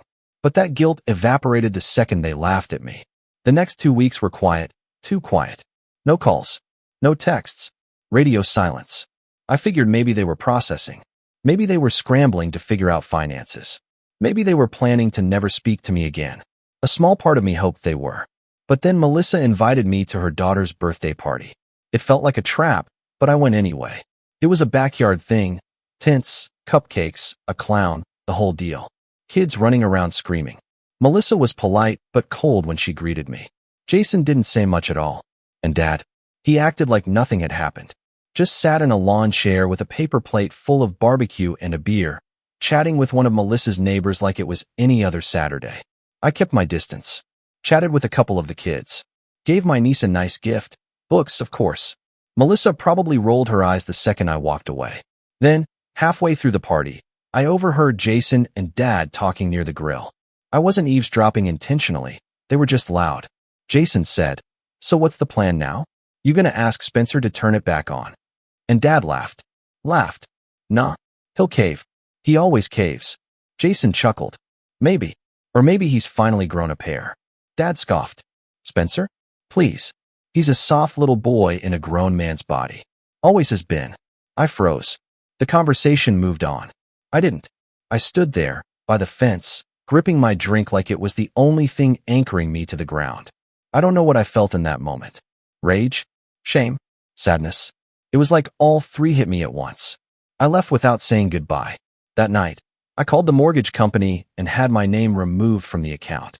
They said it would take a few days, but once finalized, they'd be fully responsible for their payments. I felt a weight lift off me. Not all of it, but enough. I wish I could say that was the end of it, that they took the hint, that they learned something. But of course, they didn't. 2 weeks later, Melissa showed up at my door. She didn't text, didn't call, just showed up on a Sunday morning, holding a binder and a forced smile. "I need to talk to you," she said. I let her in. She sat on my couch, flipped open the binder, and launched into a well-rehearsed speech. Apparently, the family had come up with a shared financial responsibility plan. Jason would contribute some monthly support. Melissa and her husband would cover utilities. And they wanted me to resume covering the mortgage, just until things stabilized. I stared at her. "Melissa, I already said I'm done. This isn't just about you, Spencer. It's about mom and dad. About family. No, it's about control." She frowned. "What's that supposed to mean? You all act like helping them is my obligation. Like I've somehow failed you all by setting a boundary. But I never signed up to be their safety net. And I'm tired of being treated like the family ATM that nobody respects." She closed the binder a little too quickly. "Well," she said, standing, "don't come crying to us when you're old and alone." I smiled. "I won't." After she left, I stood by the window and watched her drive away, my heart pounding with something that felt like peace, and something else I couldn't quite name. But that peace didn't last long. 3 days later, I got a notification from my bank. A large, unauthorized withdrawal had been attempted from my account. Flagged and denied. I checked the details. It was the old mortgage payment amount. I hadn't just canceled it. I'd removed my bank information. But apparently, someone had tried to use the routing numbers from an old statement. Someone who had access to my personal documents. Someone like my father. I stared at the screen, jaw clenched. And that's when I knew. This wasn't just about disrespect anymore. It was betrayal. I didn't move for a while after seeing the fraud alert. I just sat there on the edge of my bed, phone in hand, blinking at the screen like maybe it would rewrite itself. But it didn't. It was real. Someone had tried to pull money directly from my account using old routing and account numbers linked to the mortgage. And there were only a handful of people who ever had access to those numbers. All of them lived in that house. All of them shared that last name. And suddenly, it felt like everything, every act of generosity, every quiet deposit, every bill I'd paid without complaint, had been spit on. The next morning, I filed a fraud report with my bank. They took it seriously, asked the usual questions, froze the account for safety. When they asked if I suspected someone specific, I paused. I didn't say my father's name. I just said, a family member. It's complicated. And it was. Because no matter how angry I was, part of me still didn't want to believe it. Still didn't want to fully accept that my own family would stoop that low. But then I checked my email and found a message from Melissa. "I heard you reported a bank issue. Look, this is getting out of hand. We're just trying to keep things afloat. You could have just talked to Dad instead of making it a legal thing. Now you've got Mom worried sick again." I stared at the email, reread it, felt my heart sink. She knew. She knew what he did. And instead of outrage or embarrassment or even a simple apology, I got that. A guilt trip. A veiled scolding. Like I was the problem for not playing along with their little scheme. That was the moment I stopped questioning. That was the moment the last thread snapped. I didn't respond to her email. I didn't call anyone. I didn't explain. I just closed the laptop and sat back in my chair, feeling more alone than I had in a long time. That week, I didn't sleep much. I stopped answering messages from friends. Skipped meals. Just went through the motions at work, camera off during Zoom calls, mic muted. My code started slipping, little bugs, missed deadlines. My manager noticed. She reached out, asked if everything was okay. I told her I was just overwhelmed. She said I should take a few days. I didn't argue. I thought about driving somewhere, just packing a bag and disappearing for a while. But I didn't even know where I'd go. I didn't want a vacation. I wanted a reset. One night, I sat on my couch, Milo curled up in my lap, and just let it all out. The anger, the sadness, the confusion, the deep, gnawing ache of realizing that the people who were supposed to love me unconditionally had placed conditions on everything. That their love came with strings. That maybe, just maybe, it was never really love to begin with, just expectation. I thought I'd feel better after crying. I didn't. but it helped me see something clearly. I'd built my life around trying to earn their approval, and I was done. The next morning, I woke up early, before the sun. I brewed some coffee, fed Milo, and opened a fresh notebook. I titled the first page, "What I Want." Not what they wanted. Not what I thought I should want. Just me. I sat in silence for a long time before I started writing. Peace. Independence. Real connection. Creative work. Meaning. Trust. It wasn't a long list, but it was mine. That was the beginning. The first thing I did was lock down every financial account I had. New bank. New passwords. Two-factor authentication on everything. I pulled my credit report, flagged everything for fraud alerts, and put a freeze on all new lines of credit. It took days to set everything up properly, but once it was done, I felt like I'd taken the first step back toward control. Then I went through my apartment, room by room, and started getting rid of everything that weighed me down.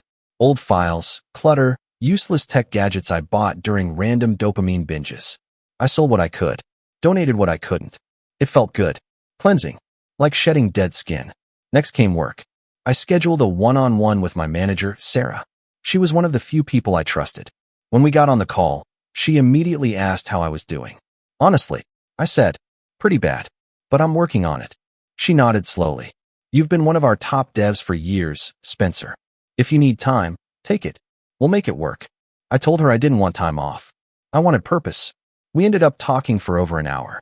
I told her I wanted to take on a new role, something more creative, more collaborative, something that reminded me why I got into software in the first place. She listened. She got it.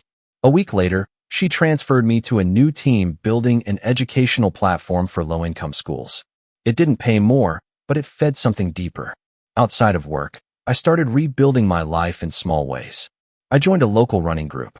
I'd never been a runner, but I figured I needed something to get me out of the apartment and into fresh air. The first run nearly killed me. I was out of breath in 5 minutes. But I went back the next week. And the week after that, I took a pottery class. Something about shaping clay with my hands felt grounding. The first few pieces looked like deformed blobs, but I didn't care. I was doing something just for me. No goal. No approval. Just the joy of creation. I reached out to an old friend from college, Naomi. We used to talk almost daily back in the day, but life pulled us in different directions. She was surprised to hear from me, but happy.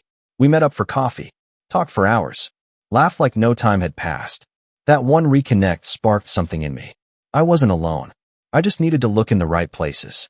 I started documenting everything, journaling, recording little voice notes, even sketching now and then. Not because I thought I was good at it, but because I wanted to understand myself better. For the first time in a long time, I was living on my own terms. But even as I rebuilt, the shadow of my family loomed.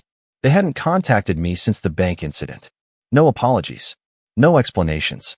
Just radio silence. Part of me expected it. Part of me still hoped someone, anyone, would reach out and try to make it right. Then, a month later, it came. A letter. Handwritten. No return address. It was from my mom. Spencer, I don't know what's happening anymore. I feel like everything's falling apart. Your father says you're being dramatic, but I don't think you are. I think you're hurting. And I hate that I didn't see it. We've made a lot of mistakes. I've made a lot of mistakes. I don't know how to fix any of this, but I wanted you to know that I love you. Not because of what you do for us. Not because of money. Just because you're my son. I hope you'll write back. Or call. Or visit. Love. Mom. I stared at that letter for a long time. Read it twice. Then folded it carefully and slid it into a drawer. It meant something. But it wasn't enough. Not yet. Because while my mom might have seen the cracks, my father was still pretending there was no damage. No consequences. No betrayal. And as long as he did, nothing would change. I was healing. Growing. Rebuilding. But I hadn't forgotten. Because the truth was still sitting there, in the background, waiting. They crossed a line. And the moment would come, soon, when I'd make sure they finally understood what it cost them. I didn't reply to the letter. I kept it, though, not out of sentiment, but because it marked a turning point. The moment they blinked first. The moment the house of cards they'd built, this illusion of unity, respect, and family loyalty, finally started to collapse. For weeks, I kept moving forward. Waking early, running 3 times a week, working on the education platform project with a team that actually respected me. rebuilding friendships, and slowly expanding the narrow little world I'd lived in for years. Every part of my life was improving, except one. That one corner of my mind that still burned with the memory of my father's voice. He'll cave. He always caves. That phrase looped like static in the back of my head, taunting me in the quiet moments. It wasn't just the insult. It was the truth behind it. Because he wasn't wrong. Not before. I had caved. Again and again. I paid. I showed up. I swallowed my pride and pretended everything was fine while they chipped away at my dignity. I didn't push back because I didn't think I was allowed to. Because I believed that if I just kept giving, eventually they'd see me differently. They never did. And now I was done waiting for them to learn. They were going to feel it. I didn't want to go nuclear. Not out of impulse. I wanted it to matter. I wanted the moment to stick, not just for them, but for me. I wanted to make a clean cut. A declaration. Something they couldn't ignore or laugh off as another one of Spencer's moods. So I started planning. The first step was understanding exactly how far the damage went. I pulled every financial record I had connected to them. Mortgage statements, utility payments, insurance, tax assessments. I combed through 6 years of transfers, payments, paper trails. And what I found hit me harder than I expected. Over $112,000. That's how much I'd poured into that house. Not counting groceries or the emergency credit card charges Mom made on my account when the fridge broke down or the car needed repairs. Just mortgage and utilities. Just the basics. I sat with that number for a long time. Not because I wanted the money back. I knew I'd never see a cent of it. But because it made something undeniable. I was the reason they still had a roof over their heads. I wasn't a failure. I was the one keeping their failure from being public. And now, I was done hiding it. The second step was checking the deed. I had a suspicion, but I wanted to confirm it. I logged into the county assessor's site and looked up the property. My parents' address. And there it was, in black and white. Joint ownership between my mom and dad. No mention of me. No legal tie. For 6 years, I paid for a house I had no legal claim to. I might as well have been donating to a stranger. That was the last thread I needed to cut. The next day, I scheduled a meeting with an attorney. Not to sue them. I wasn't interested in dragging it through court, but to make sure every possible financial link between us was severed. I wanted to be free. I gave her the full rundown, every document, every email, every connection. She listened, took notes, asked the occasional clarifying question, then leaned back in her chair with a look that was both empathetic and impressed. "You've already done most of the work," she said. "We'll get the rest squared away in a few days. You've got nothing tying you to them now, except history." That's when I told her the last part of the plan. Because I didn't just want to walk away. I wanted to leave a mark. "You're within your rights," she said when I finished. "Just be sure you're ready for what happens afterward." "I am," I said. And I meant it. The next step? Reclaim the narrative. They'd spent years painting me as the weird, reclusive older brother who never quite fit in. The one who couldn't hold a conversation at family dinners without making it awkward. The one who was too sensitive, too quiet, too distant. And even when I was the one paying their bills, they made sure everyone thought I was barely holding my life together. That ended now. I started reaching out. Not to stir up drama, but to tell the truth. I messaged my cousin Leah, one of the few relatives I actually liked. We hadn't talked much over the years, but I remembered her defending me once at a barbecue when Dad made a joke about me being a stay-at-home bachelor. "Hey Leah," I wrote. "Hope you're doing okay. Just wanted to clear something up in case you heard the wrong version of what happened last month." I explained, briefly but honestly, what had gone down. I didn't insult anyone. I didn't exaggerate. I just laid out the facts, how long I'd supported my parents, how little appreciation I got in return, and what finally pushed me to walk away. She replied within the hour. "Spencer, wow. I had no idea. I always thought something fell off at those family things. I'm really sorry. You didn't deserve that. Thank you for telling me." That gave me the green light. I reached out to a few other relatives, quiet ones, the kind who kept their heads down at holidays. Aunts, uncles, a couple of second cousins I barely knew but who'd always been polite to me in passing. I didn't send them essays, just the truth. Most of them responded with understanding. Some even shared their own experiences, times my father had steamrolled them, times they'd seen how Jason and Melissa were treated with open favoritism.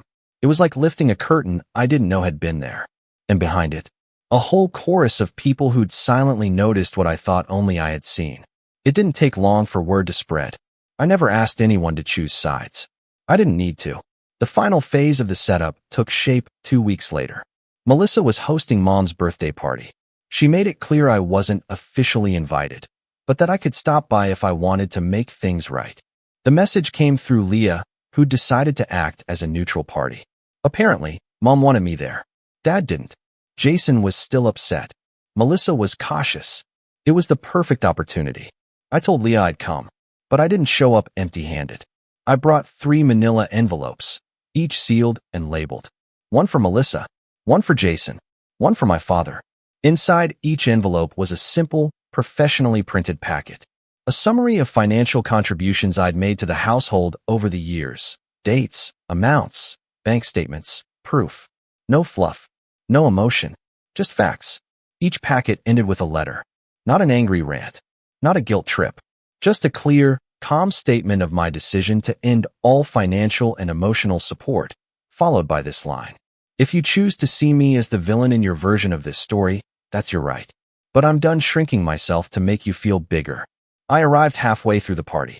People were milling around the yard, kids running through sprinklers, pop music playing on a Bluetooth speaker. I got a few surprised looks when I walked in, wearing a clean button-down, sunglasses, and the kind of confidence I'd never brought to family events before. Melissa approached first. She looked nervous. "Spencer, you actually came." I handed her the envelope. "What's this?" "Closure." She blinked. "What does that mean?" "You'll figure it out." Jason saw me next. His smile faded when I handed him his envelope. "You're doing this now?" "Yes," I said. "Now." Finally, I found Dad. He was sitting in the shade, drink in hand, talking to a neighbor. When he saw me, his eyes narrowed. "Thought you'd finally grown a spine," he said, chuckling. "Guess I was wrong." I handed him the envelope. He didn't take it at first. I set it on the table in front of him. "You're not owed my silence," I said. "Not anymore."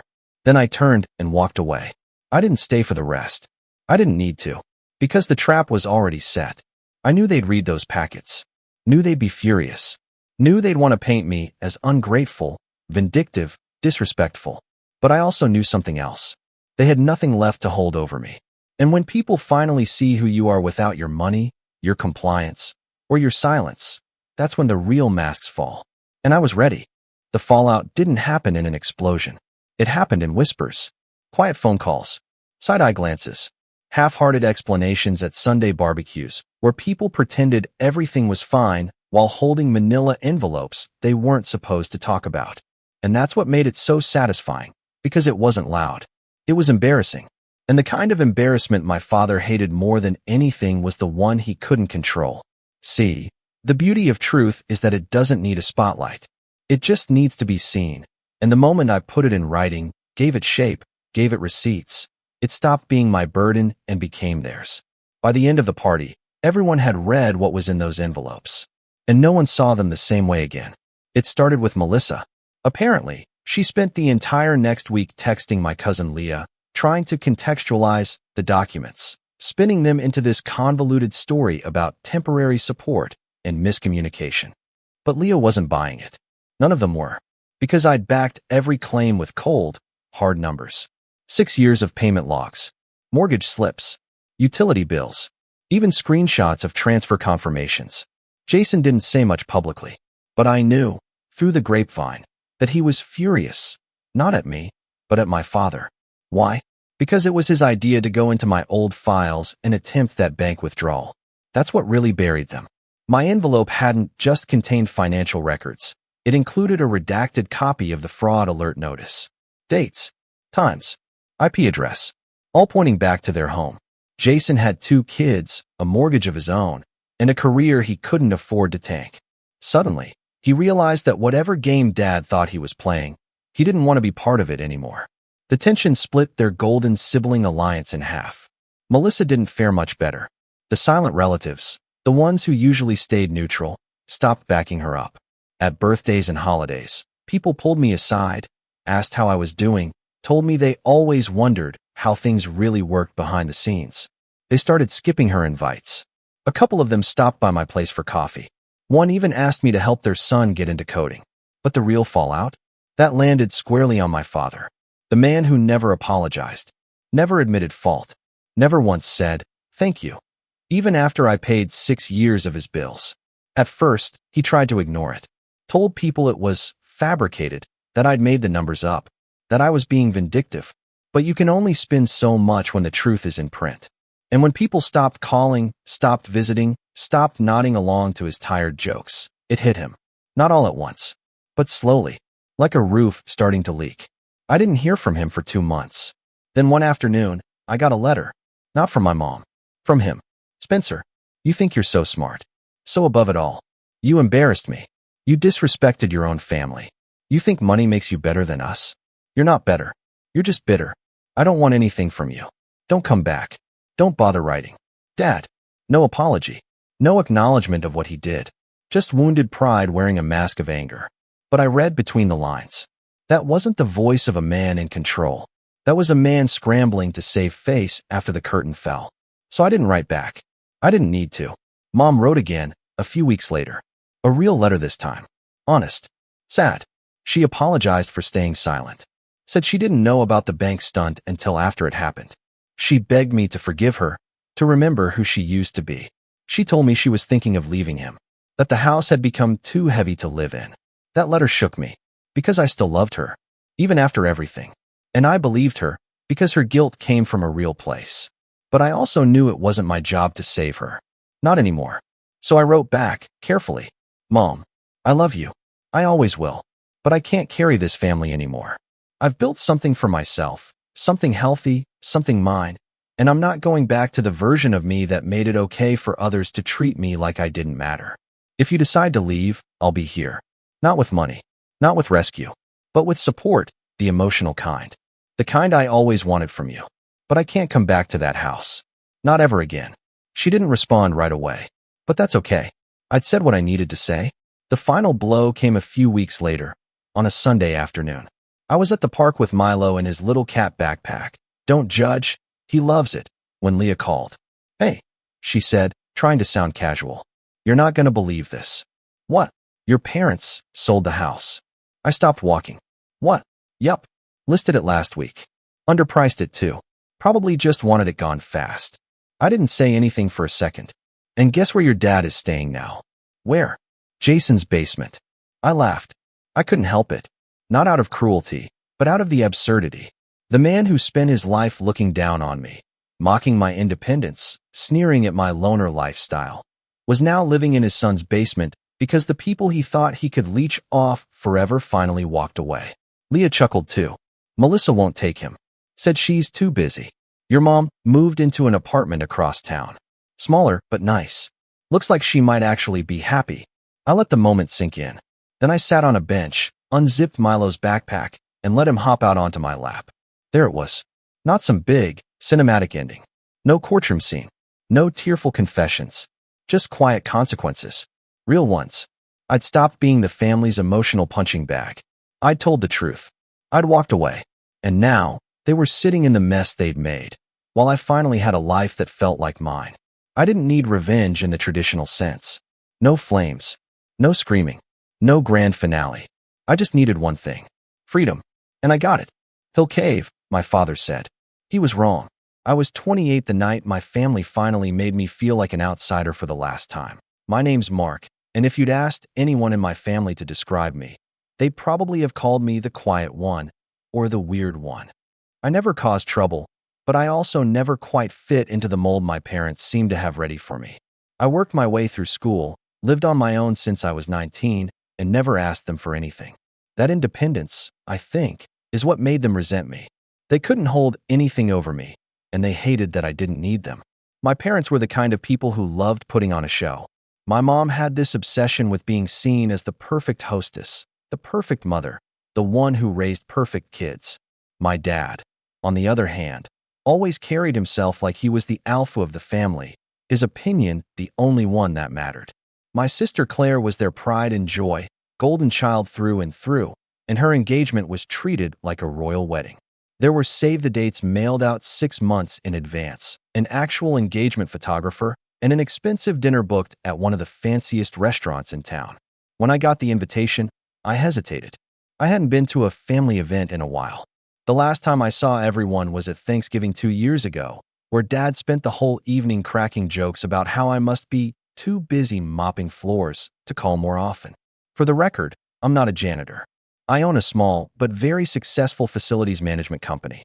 It started as a side hustle cleaning offices during college, but I grew it into something real: 15 employees, contracts with big companies in the city, and enough income to buy my own house outright. But to my family, I was still just the kid with the mop. I almost didn't go, but something in me decided to show up. Maybe it was guilt. Maybe it was the little kid in me still hoping my parents would one day treat me with the same respect they gave Claire. So I dressed up. Nothing flashy, just a dark button-up, clean shoes, looked professional. As I pulled into the restaurant parking lot, I told myself to stay calm no matter what. Be civil, get through dinner, smile for the photos, and leave before anyone could ruin the night. I walked into the private dining room and immediately felt every head turn toward me. Claire looked radiant in a white dress. Her fiancé Daniel had his arm around her, and Mom was fussing with the table settings. Dad was already holding court, drink in hand, laughing loudly. "Oh, look who decided to join us," Dad said, just loud enough for everyone to hear. "Guess the floors must be clean tonight." The table chuckled. I forced a polite smile, trying to let it slide. But then came the line that would stick in my head for days afterward. "He's just a janitor," Dad snorted, gesturing toward me like I was the punchline of the night. Mom gave this little shake of her head, the disappointed, performative kind, and a few of the cousins laughed into their napkins. My ears burned. I wanted to correct him, to say something, anything. But before I could, Daniel stood up to greet me. He extended his hand, smiled politely, and said, "Hey, Mark. Good to see you, man." We shook hands. Then he did something strange. He pulled out his phone, tapped a few times, and suddenly froze. His face drained of color, like someone had just told him bad news. He looked at me again, slower this time, and his smile faltered. He said, just barely above a whisper. "Hey, boss." The entire table went quiet. You could have heard a pin drop. Mom's hand stopped midair. Dad's smirk disappeared. Even Claire looked confused, glancing between Daniel and me like she couldn't process what was happening. I didn't say anything. I just sat down at the empty seat next to Daniel, calm as ever, and let the silence hang in the air a little too long. And that was the exact moment everything in the room shifted. I leaned back in my chair, feeling every eye on me. The silence was almost too heavy, but I didn't rush to fill it. I've learned that silence can be powerful, even more than words sometimes. Daniel's hand was still halfway outstretched, like he wasn't sure if he should sit back down or keep standing. Finally, Claire cleared her throat and said, Babe, what was that?" Daniel looked uneasy, glancing at his phone like he wished he hadn't spoken. "It's nothing," he muttered, slipping it back into his pocket. "Let's just sit down." But it wasn't nothing. The entire table had heard him call me boss, and now they were curious. My dad, never one to let something pass without taking control of the narrative, leaned forward with a fake laugh. "Boss?" he said, like the word was a joke. "What? Is Mark handing out mop buckets now? You guys hiring janitors over there?" There it was again, that word. Janitor. He was pushing me, trying to put me back into the box he liked keeping me in. I kept my tone even, calm. "No," I said simply. "I run the company Daniel works for." That got a reaction. Mom blinked, her perfectly done-up face going tight around the eyes. Claire looked at Daniel sharply. "You work for Mark?" she asked, like it was somehow scandalous. Daniel swallowed hard. Yeah? His company does all the facilities and maintenance for my office building. He owns the contract." I didn't realize you two were related." The table went quiet again. I could feel my dad's temper bubbling just below the surface. He didn't like being caught off guard, and he definitely didn't like having his version of reality challenged. "Oh, come on," he said, waving a hand dismissively. "Mark's just exaggerating. He probably cleans a couple offices and thinks that makes him a CEO." That stung more than I expected. It wasn't even about the insult anymore. It was about how easily he dismissed years of work. I wanted to tell him about the late nights scrubbing floors until my hands hurt, the weekends spent building a client base, the risk I took putting every dime I had into my first contracts. But I bit my tongue. Tonight wasn't the night for a fight. Claire jumped in, sensing the tension. "Can we not make this about Mark right now?" she said. This is supposed to be about me and Daniel. That was always the unspoken rule in my family. Everything had to revolve around Claire.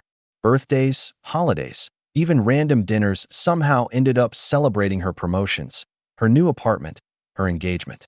If I ever tried to share something about my life, it got brushed aside or turned into a joke. Dinner started, but the energy in the room had shifted. I could feel Dad watching me, looking for an opening to take another shot. When the waiter brought out the first course, some kind of fancy appetizer I couldn't even pronounce, Dad made a big show of lifting his glass. "Let's toast," he said, standing up. "To Claire and Daniel. And to keeping family humble, no matter how high they think they've climbed." The table laughed again, obedient as always. I just sipped my water and kept my face neutral. Mom, ever the master of passive-aggressive commentary, chimed in next. "You know, Mark," she said sweetly, "it's nice you could make it tonight. I was starting to think you'd forgotten where the family gathers. Claire was just saying how sad it was that you missed Christmas last year." "I had the flu," I said quietly. "Yes, but you could have sent a card," she replied, as if that proved something about my character. I stayed quiet. I could feel that familiar knot forming in my chest, the one that used to make me leave family events early. But I wasn't leaving this time. I stayed, eating my food, listening as the conversation moved on to wedding plans, honeymoon destinations, and how Claire wanted the entire family to pitch in for a really special venue. "Daniel and I have our hearts set on this vineyard outside the city," she said, scrolling through pictures on her phone to show Mom. "It's perfect, but it's a little outside our budget. Dad said everyone would chip in to make it happen." I raised an eyebrow. "Everyone?" Mom nodded like it was already decided. "Of course. It's a family event. We all contribute to family events." That was news to me. Nobody contributed to my graduation dinner or my first house or any milestone in my life. In fact, the last time I asked for help, a small loan for my first business contract when I was 20, Dad told me it was a bad investment and that I should learn to stand on my own 2 feet. "How much are we talking?" I asked carefully. Claire smiled brightly, completely oblivious to the tension simmering around her. "Well, if everyone gives 5,000, we can book it by next month." 5,000. Like it was pocket change. I did the math quickly. Mom, Dad, me, and a few of the aunts and uncles. That was over 30 grand they were expecting the family to cough up just to throw a party. Dad looked at me pointedly. "I'm sure you can handle that, right, Mr. Big Shot business owner?" It wasn't a question. It was a challenge. I didn't answer right away, just focused on cutting my food. The truth was, I could afford it. But something about the assumption, the entitlement, made my jaw tighten. No one had ever offered to help me financially. Not once. And now they were looking at me like I owed them. Mom must have sensed I was hesitating because she reached across the table and patted my hand. "Don't overthink it, Mark. It's family. You can't put a price on supporting family." The words hit me like a brick. Support family. That phrase had been used against me so many times growing up, whenever I didn't want to loan Claire money, or when I said no to babysitting her kids while I was working. It was never about mutual support. It was always about me giving, them taking. The rest of dinner was a blur. More little jabs, more comments about how I'd finally made something of myself. At one point, Dad even joked about putting me on janitor duty for the wedding reception since I'd probably feel right at home with a broom. Everyone laughed. Everyone except Daniel. I noticed he stayed quiet for most of the night, stealing glances at me like he was trying to piece something together. By dessert, my patience was running thin. The room was loud with conversation, but my head felt like it was full of static. I kept thinking about that word, janitor, and how casually they tossed it around. I kept thinking about the money they expected me to give, the way they assumed I would just fall in line. When the check came, Dad grabbed it before anyone else could. "We'll split this as usual," he said, pulling out his wallet. Then he turned to me with a smirk. "Unless our little entrepreneur wants to treat the whole table tonight." It was the kind of joke that wasn't really a joke. Everyone looked at me expectantly, waiting to see if I'd rise to the occasion. I didn't. Not yet. I smiled politely and said, "No, we can split it." As usual, the air in the room shifted again. Dad's smirk faltered just slightly, but he covered it with a laugh. As everyone stood to leave, Mom pulled me aside. Her tone was hushed but sharp. "You embarrassed your father tonight," she said. "You could have just played along and made things easier for everyone." I stared at her, trying to decide if it was worth responding. In the end, I just nodded and walked out into the cool night air, my heart pounding. I sat in my car for a long time before turning the key. The image of Daniel's face when he called me boss replayed over and over in my head. For the first time in years, I felt something shift inside me. I wasn't sure what was coming next, but I knew one thing for certain. The way things had always been, that was about to change. I didn't sleep much after that dinner. I lay awake staring at the ceiling, my mind replaying every smirk, every laugh, every little dig from the night. It wasn't just about them calling me a janitor anymore. It was the expectation that I would always show up, swallow my pride, and pay my share for a family that never once had my back. By the time the sun came up, I'd made a decision. I wasn't going to let them guilt me into funding Claire's dream wedding. I told myself I'd stay out of it, keep my distance, focus on work. And for a few weeks, I did. Business was good, new contracts were coming in, and I was busy enough that I almost forgot about the dinner. Almost. Then I got a text from Mom. Mom, family meeting Sunday. Wedding plans. Everyone is contributing. Don't be late. No question mark. No, hope you can make it. Just a command, like I was still 16 living under their roof.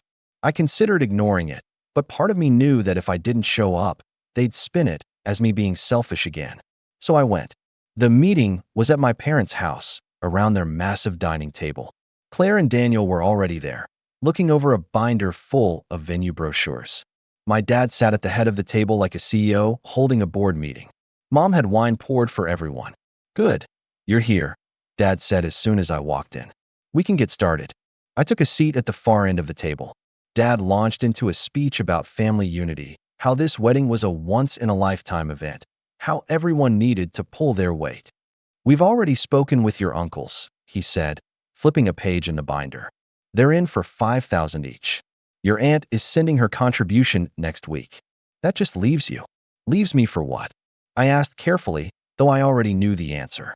For your share, Mom said, like it was the most obvious thing in the world. $5,000 should cover your part. You can write the check today, and we'll deposit it into the wedding fund. I stared at them. You're asking me to write you a check for $5,000? Dad frowned. No one's asking, Mark. We're telling you what's fair. You make good money, and this is your sister's big day. Family takes care of family. There it was again, that line. Family takes care of family. Only ever directed at me when they needed something. I can't do that, I said finally. The silence that followed was deafening. Claire's face went red. What do you mean you can't? She said. This is my wedding. We've already put deposits down assuming everyone would contribute. If you back out now, you'll ruin everything. I bit back the urge to laugh. Maybe you shouldn't plan a wedding based on money you don't have yet, I said quietly. Dad slammed his hand on the table. Don't talk to your sister like that. She deserves a beautiful wedding. And if you weren't so selfish, you'd understand that. I felt my chest tighten. Selfish? I repeated. I've paid for everything in my life by myself. I've never asked you for a cent. And we're proud of that, Mom said quickly, trying to smooth things over. But this isn't about pride, Mark. This is about supporting the family. We all made sacrifices for each other. Really? I asked, unable to stop now. What sacrifices have you made for me? No one answered. Claire crossed her arms. You know what? Forget it. If you're too cheap to help, maybe you shouldn't come to the wedding at all. Her words hit harder than I expected. My own sister was telling me to stay away from her wedding because I wouldn't pay for part of it. But it didn't end there. 2 days later, I got an email from my bank alerting me to a withdrawal I didn't recognize. $5,000, taken from the joint account I'd opened years ago with my parents. The one I'd forgotten even existed because I never used it anymore. I froze. They wouldn't. They couldn't. I drove straight to the bank, confirmed the withdrawal, and saw the check image. My mom's handwriting. I can't even describe the feeling I had in that moment. Anger, betrayal, disbelief, all of it hit at once. It wasn't just that they'd taken my money without asking. It was that they felt entitled to it, like it was theirs to take. I confronted them that evening. You took money from me, I said as soon as I walked in the door. Mom looked surprised for half a second, then composed herself. You weren't going to contribute, so we took care of it, she said matter-of-factly. You stole from me, I said, my voice low. Don't be dramatic, Dad said. It was just sitting there. You weren't even using that account. And it's for your sister's wedding. You should be happy to help. Something in me snapped. That money was mine. I said through clenched teeth. You had no right to touch it. You're overreacting, Mom said, rolling her eyes. You make enough. You won't even miss it. I stared at them, realizing that no matter what I said, they would never see me as anything but a resource to exploit. I turned and walked out without another word. As I got in my car, I felt a strange calm settle over me. The kind that comes when you finally stop hoping people will change. That night, I closed the joint account and transferred the rest of the money into my own. I also started looking over my company's contracts, especially the one tied to Daniel's office building.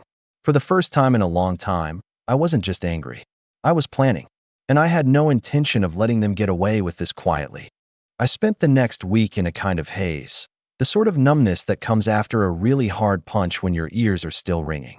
Every morning, I'd wake up, get dressed, head to work, and go through the motions, but my brain kept replaying that moment at the bank. Seeing my mom's handwriting on that check, my check, was like being punched in the chest all over again. I'd always known my family saw me differently, but this was something else. This wasn't just favoritism. This was theft. They didn't just cross a line, they bulldozed it. Work became my only real escape. I'd throw myself into it for 12, sometimes 14 hours a day, partly to distract myself, and partly because it reminded me of what I'd built on my own. There was something grounding about walking through the warehouse in the morning, seeing my employees loading up their trucks, joking with each other, drinking coffee before heading out to job sites. I'd look at them and think, they respect me more than my own parents do. But once the day ended, the silence of my house felt heavy. That was when the hurt crept back in. All the little memories I'd spent years trying to bury. I thought about the time I was 16 and asked Dad if he could co-sign a small loan so I could buy a used car. He told me no, said if I wanted a car I should save up and buy one myself. So I did. I worked nights at a grocery store for a year and paid cash for a rusty old Honda Civic. When I brought it home, proud of what I'd accomplished, Dad laughed and said, "Hope that thing doesn't break down on you. You'll be walking to school again." I thought about the time Claire asked for money for a semester abroad, and they threw her a whole fundraiser, inviting friends and family to support her dreams. When I told them I was starting my own business and needed some startup cash, they told me to get a real job until I had enough saved. All those moments piled up like bricks, and this latest betrayal was the final one that locked me out completely. I didn't respond to any of their texts that week. Not when Mom sent me Pinterest boards of wedding decor. Not when Claire left me a voicemail telling me I was being childish. Not even when Dad texted me a photo of the vineyard receipt with the caption, "See, your money's going to good use." I started pulling back in other ways, too. Every Sunday, I used to go to my parents' house for dinner, even when I didn't feel like it, just to keep the peace.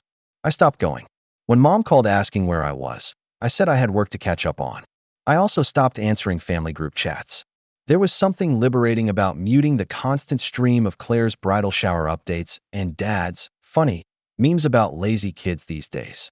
For the first time, I let myself imagine what life might look like if I didn't try so hard to stay part of the family. And then came the invitation. A cream-colored envelope with gold lettering arrived in my mailbox one Tuesday afternoon. It was the official wedding invitation, addressed to me like nothing had happened. Inside was a card detailing the date, time, and location. The vineyard, of course, along with a note from Mom. "Please RSVP quickly. We're assuming you'll cover your hotel room and transportation costs since you're single. Looking forward to seeing you there." I sat on my couch holding that card for a long time. The assumption that I'd still show up, still play along, still clap politely for Claire like nothing happened. It was almost laughable. That night, I poured myself a drink and sat outside on the back porch. The air was cool, and the neighborhood was quiet except for the sound of crickets. I stared up at the stars and let myself finally feel everything I'd been holding in. The hurt, the anger, the disappointment, all of it came out at once. I thought about walking away completely, cutting them all off, skipping the wedding, changing my number, disappearing from their lives. It would be easy enough. But as the night wore on, a different thought crept in. I realized that walking away might give me peace, but it wouldn't give me closure. It wouldn't make them understand what they'd done, how deeply they'd crossed me. By the end of the week, the numbness was gone. It was replaced by something sharper, more focused. I started taking quiet steps, closing every old financial tie I still had to them. The joint account was already shut down, but I checked my credit report to make sure there weren't any other open lines I'd forgotten about. I updated all my passwords. I called my accountant and had a long conversation about protecting my assets. At work, I started spending more time looking over the contract with Daniel's company. It was a big account, one of the biggest we held, and it had a clause that allowed me to terminate services with 30 days' notice if payment terms weren't met. Not that they'd ever been late, but just knowing I had that kind of leverage made me think. And then something unexpected happened. Daniel called me. "Hey," he said awkwardly when I picked up. "I know things were weird at that dinner. I just wanted to say I had no idea your family treated you like that. If it helps, I told Claire they crossed a line taking that money." I was quiet for a moment. And she said I was overreacting, he admitted. "Look, man, I don't know what to say, but I respect what you've built. Most guys your age wouldn't have done what you did." His words didn't fix anything, but they planted a seed. It reminded me that I didn't have to stoop to their level. I could handle this the same way I'd handled everything else in my life. Strategically, carefully, on my own terms. The next day, I RSVP'd yes to the wedding. Not because I wanted to celebrate with them, but because I knew, deep down, I wasn't going to that vineyard as the quiet, overlooked kid they thought they knew. I was going to show them exactly who they were dealing with. And I was going to make sure they never forgot it. After that night on the porch, something inside me shifted permanently. The pain and anger I'd been carrying around started to burn a little cleaner, like it was being forged into something sharper. I wasn't just hurt anymore. I was determined. I threw myself into work with a focus I hadn't felt in years. The company had been doing well, but I'd been coasting a little, comfortable with the contracts we had and the steady income. Now, I saw every opportunity as a way to strengthen my position, to make sure no one could ever take something from me again. I renegotiated 2 of our biggest contracts, locking them in for 3-year terms with rate increases that reflected the quality of service we were providing. I hired 2 more crew leads so I could step back from day-to-day operations and focus on strategy. I also invested in new equipment, top-of-the-line floor machines, updated vans with my company logo wrapped on the side, so we looked as professional as the corporate clients we served. Within 3 months, revenue was up 20%. I moved the business out of the small office I'd been renting and into a larger space with a proper front lobby and conference room. For the first time, I had an actual office with my name on the door. It was more than just business growth. It was personal growth too. I started working out again, something I'd neglected for years. The first few weeks were brutal, but by the end of the month, I was feeling stronger, standing straighter. I upgraded my wardrobe, not because I wanted to show off, but because I wanted to look like the person I actually was now. No more showing up to family dinners in whatever shirt I had lying around. And as I was growing, my family kept texting me about wedding updates, group messages full of cake tastings and seating charts and menu options. I still didn't respond much, but now it was different. I didn't feel guilty ignoring them. I wasn't just passively stepping back from them anymore. I was actively building a life where their approval didn't matter. But one thing I couldn't ignore was Daniel. After that first call, he reached out a few more times, small things, checking in, sometimes asking advice on work-related problems. It was strange at first, but slowly I realized we were actually building some kind of mutual respect. He even came by my office one afternoon to drop off some paperwork for his company's contract renewal. And when he walked in, he looked around at the new space and let out a low whistle. "Mark," he said, shaking his head, "I had no idea you had all this going on. Your family really undersells you." I just smiled. They always have. He hesitated for a moment before speaking again. "Look, I know it's not my place, but Claire's been talking like she expects you to make another contribution before the wedding. Like extra, for flowers or music or something. I thought you should know." I felt my jaw tighten, but I thanked him anyway.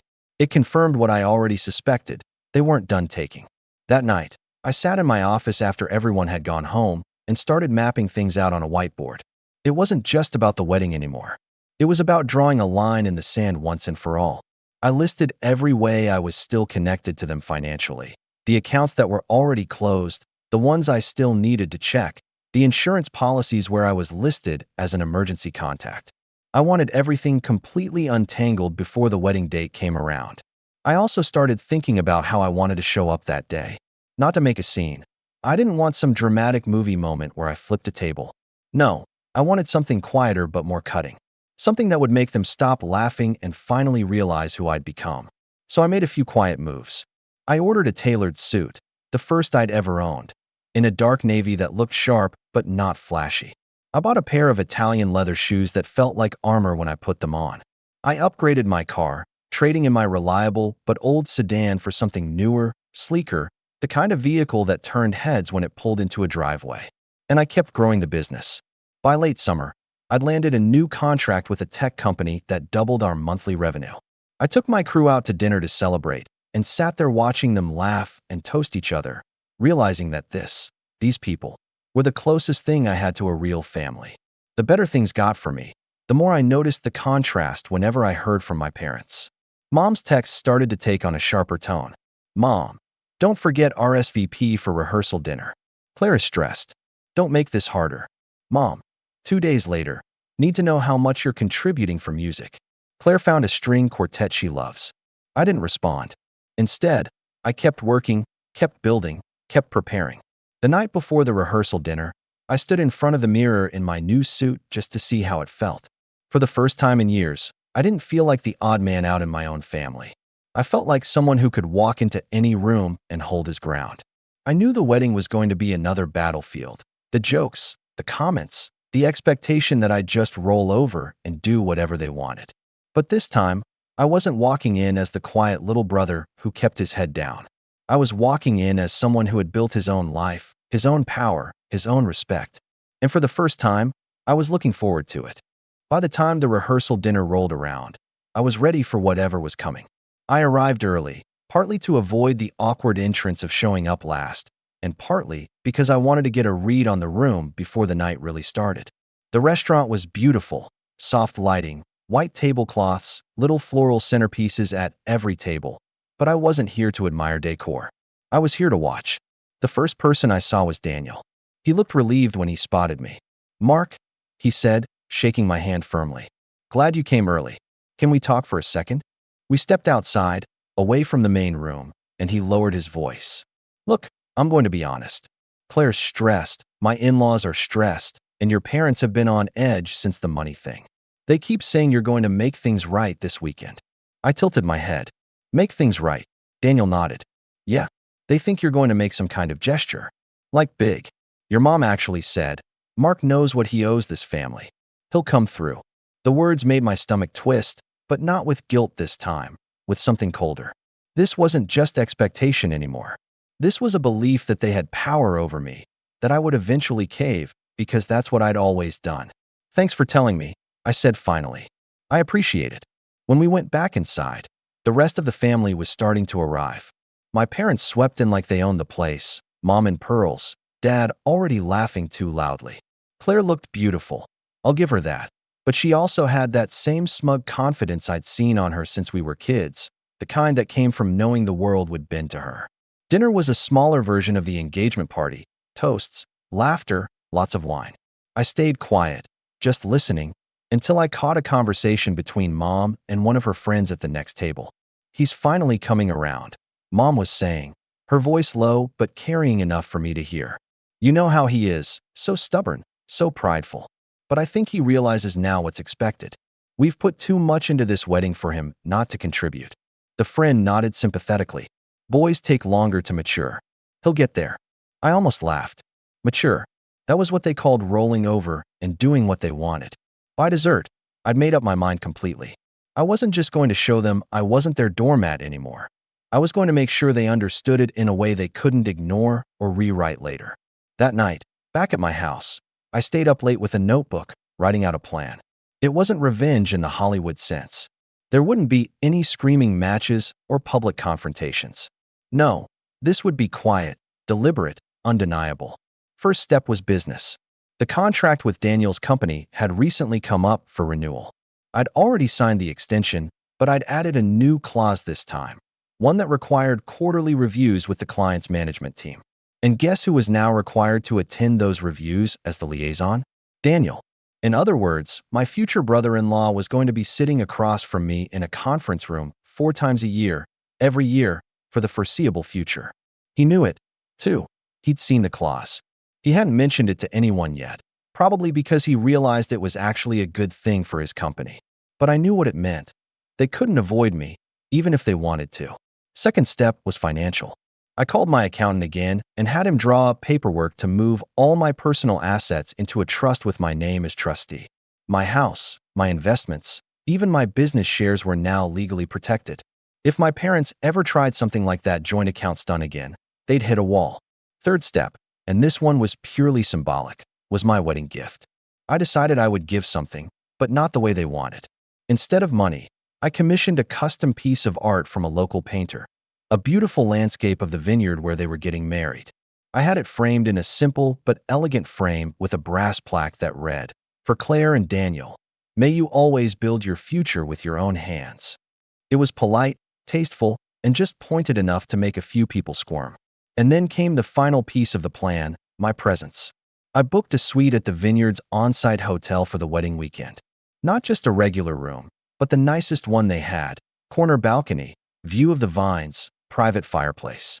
I arranged for a car service to pick me up so I could arrive in style, not because I wanted to show off, but because I wanted the first impression they had of me that weekend to match the person I had become, not the one they remembered.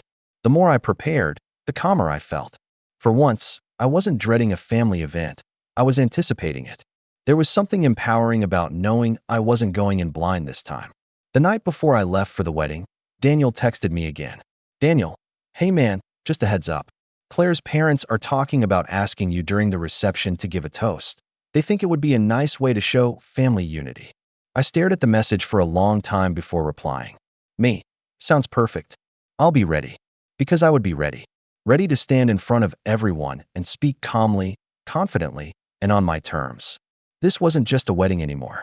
It was going to be the moment everything changed, for them and for me. I woke up the morning of the wedding earlier than I'd expected. The sun had barely risen, but my mind was already buzzing. There was no dread in my chest this time. No anxiety about what barbed comment Dad might throw or what Mom might guilt me into doing. Instead, there was this calm, almost electric anticipation. The vineyard was even more stunning than I'd imagined. Rows of vines stretched across gentle hills, the morning fog still hanging low and giving everything a silver glow. I'd booked the best suite on purpose, but when I walked into the room and set my bag down, I had to take a moment just to breathe it in. Hardwood floors, stone fireplace, a balcony that overlooked the ceremony space where the chairs were already being set up. It felt like stepping into another world. I took my time getting ready. Shower, shave, suit pressed perfectly. When I put on the tailored navy jacket and those polished leather shoes, I hardly recognized the reflection in the mirror. This wasn't the kid they used to mock over dinner. This was someone who had built his own life, brick by brick, and walked into this weekend with his head high. By the time I arrived at the main hall for the pre-ceremony photos, people were already buzzing around. Claire was in the bridal suite getting her hair done. Mom was barking orders at the florist, and Dad was standing with a glass of champagne in hand, even though it was barely past 10. The moment he saw me, his eyebrows shot up. Well, he said, scanning me from head to toe. "Look who decided to dress like he belongs here." "Good morning," I said calmly, brushing past him. Mom gave me a once-over and frowned slightly, like she didn't know what to do with the version of me standing in front of her. "You could have told us you were bringing a car service," she said. "People are talking." I smiled faintly. "Let them. The ceremony itself was beautiful. I'll give them that." Claire looked radiant. Daniel looked proud. And for a moment, I let myself just be happy for them. Whatever had gone on between me and my parents, Claire was still my sister, and this was her day. But then came the reception. The vineyard had strung up fairy lights across the outdoor dining space. The sun had dipped low, and everything glowed warm and golden. People were laughing, music was playing softly, wine glasses clinking. It was the perfect moment, which made what came next even more satisfying. After dinner, the DJ announced that it was time for speeches. Dad went first, of course. He stood, made a few jokes about how Claire had always been the princess of the family, and then threw in a little jab about how he couldn't wait to see what Mark had to say. Everyone turned to look at me. I rose slowly, buttoning my jacket, and walked to the microphone. My heart was steady, not racing, not shaking. "Good evening," I said, my voice carrying clearly across the tables. "For those of you who don't know me, I'm Mark, Claire's brother. and I wanted to take a minute to talk about family. There was a ripple of polite laughter. I smiled, but it wasn't the sheepish, apologetic smile I'd given them 100 times before. Family, I continued, is supposed to be about showing up for each other, through good times and bad. It's about supporting each other, even when it's hard.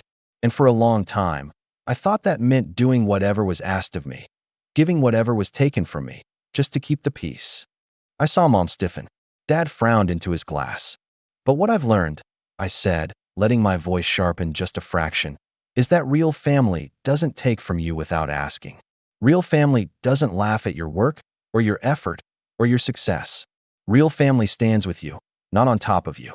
The silence was so thick you could feel it pressing against your skin. I let it sit for a moment before softening my tone.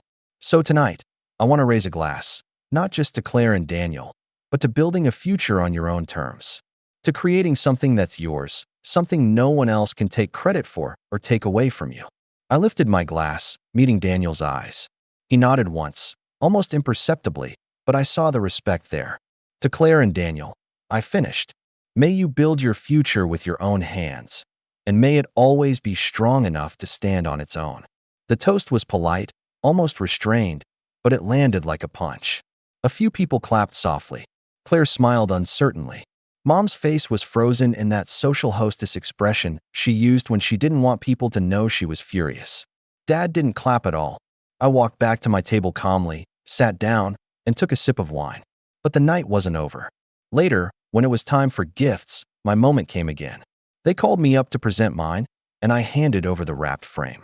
Claire tore the paper off and gasped softly at the painting. The vineyard bathed in sunlight, captured beautifully. "This is gorgeous," she said. "Look at the plaque," Daniel murmured. She read it aloud. "For Claire and Daniel, may you always build your future with your own hands."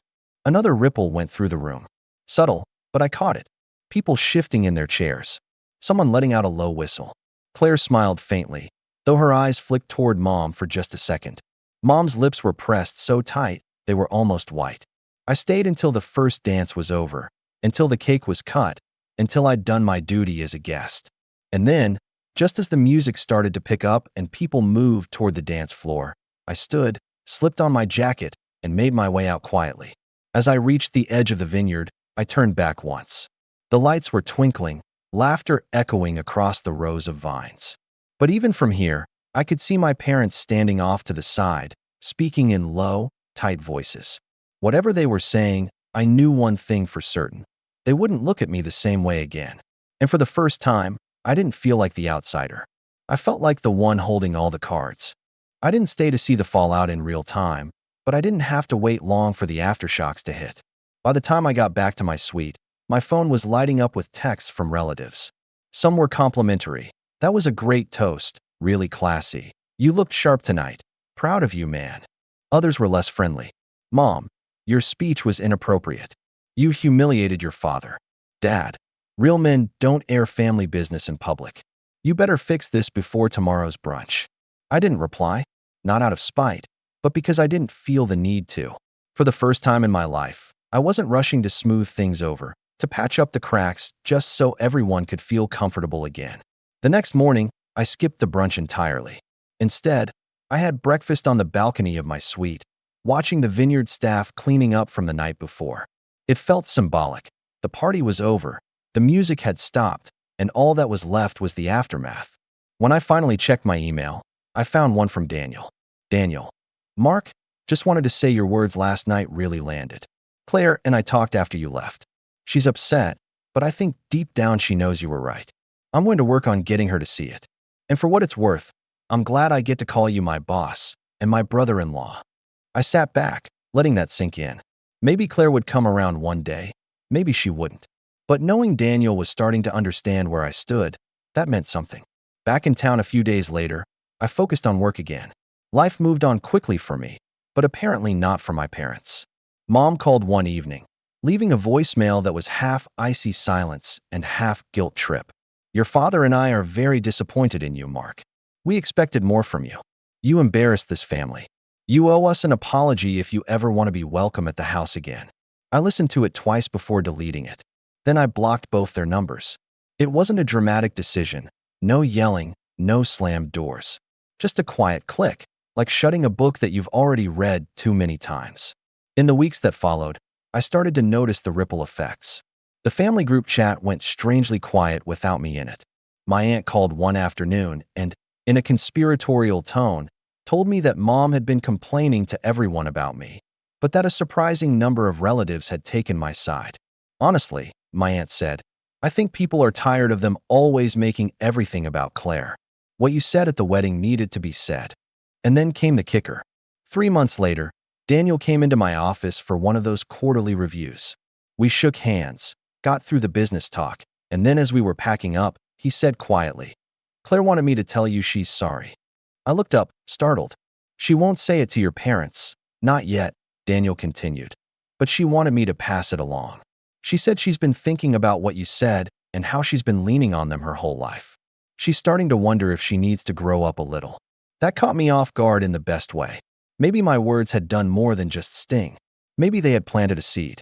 That night, as I locked up my office and stepped into the crisp evening air, I realized I felt lighter. Not because my family had suddenly changed or because everything was fixed, but because I finally felt free of the weight I'd been carrying. I didn't need their approval anymore. I didn't need them to see me a certain way. I'd shown them who I really was. And they could either learn to respect that or live with the silence I'd left behind. Months later, when Christmas rolled around, I got a card in the mail. Just my name on the front, no return address. Inside was a photo of Claire and Daniel smiling in front of their first house. A modest little place, but theirs. Underneath the picture, in Claire's handwriting, were 3 words. Built it ourselves. I stood there in my kitchen for a long time, just staring at those words, a slow smile spreading across my face. For the first time in years, I felt like my sister finally understood me. I poured myself a glass of wine, raised it in a silent toast, and said out loud, here's to building it ourselves. And just like that, I closed that chapter on my terms. Last night was one of those moments where your entire life feels like it shifts in a single sentence. I'm John, 29, and if you'd told me yesterday morning that by midnight I'd be sitting alone in a restaurant, staring at an empty chair across from me while strangers snickered, I would have laughed. My girlfriend of almost 2 years, Emily, had invited me out to dinner with her friends at this fancy rooftop place downtown. I thought it was a good sign. She'd never really been into mixing me with her friend group, but lately she'd been talking about taking the next step, whatever that meant. I put on a button-down, even ironed it, which is rare for me, and felt pretty good about the night. At first, dinner seemed normal. Everyone was talking, laughing, sipping cocktails. Emily was telling some story about work, and I was just sitting back, smiling, enjoying the vibe. Then one of her friends made a joke about couples that were matching outfits and how clingy that is. Emily rolled her eyes, turned to me, and said, see, this is why I told you not to wear that shirt. Honestly, you're embarrassing to be seen with sometimes. She said it loud enough for the whole table to hear. Everyone chuckled, awkwardly, but she just smirked and took another sip of wine. My ears went hot. I laughed it off because what else do you do when your girlfriend publicly calls you embarrassing? It didn't stop there.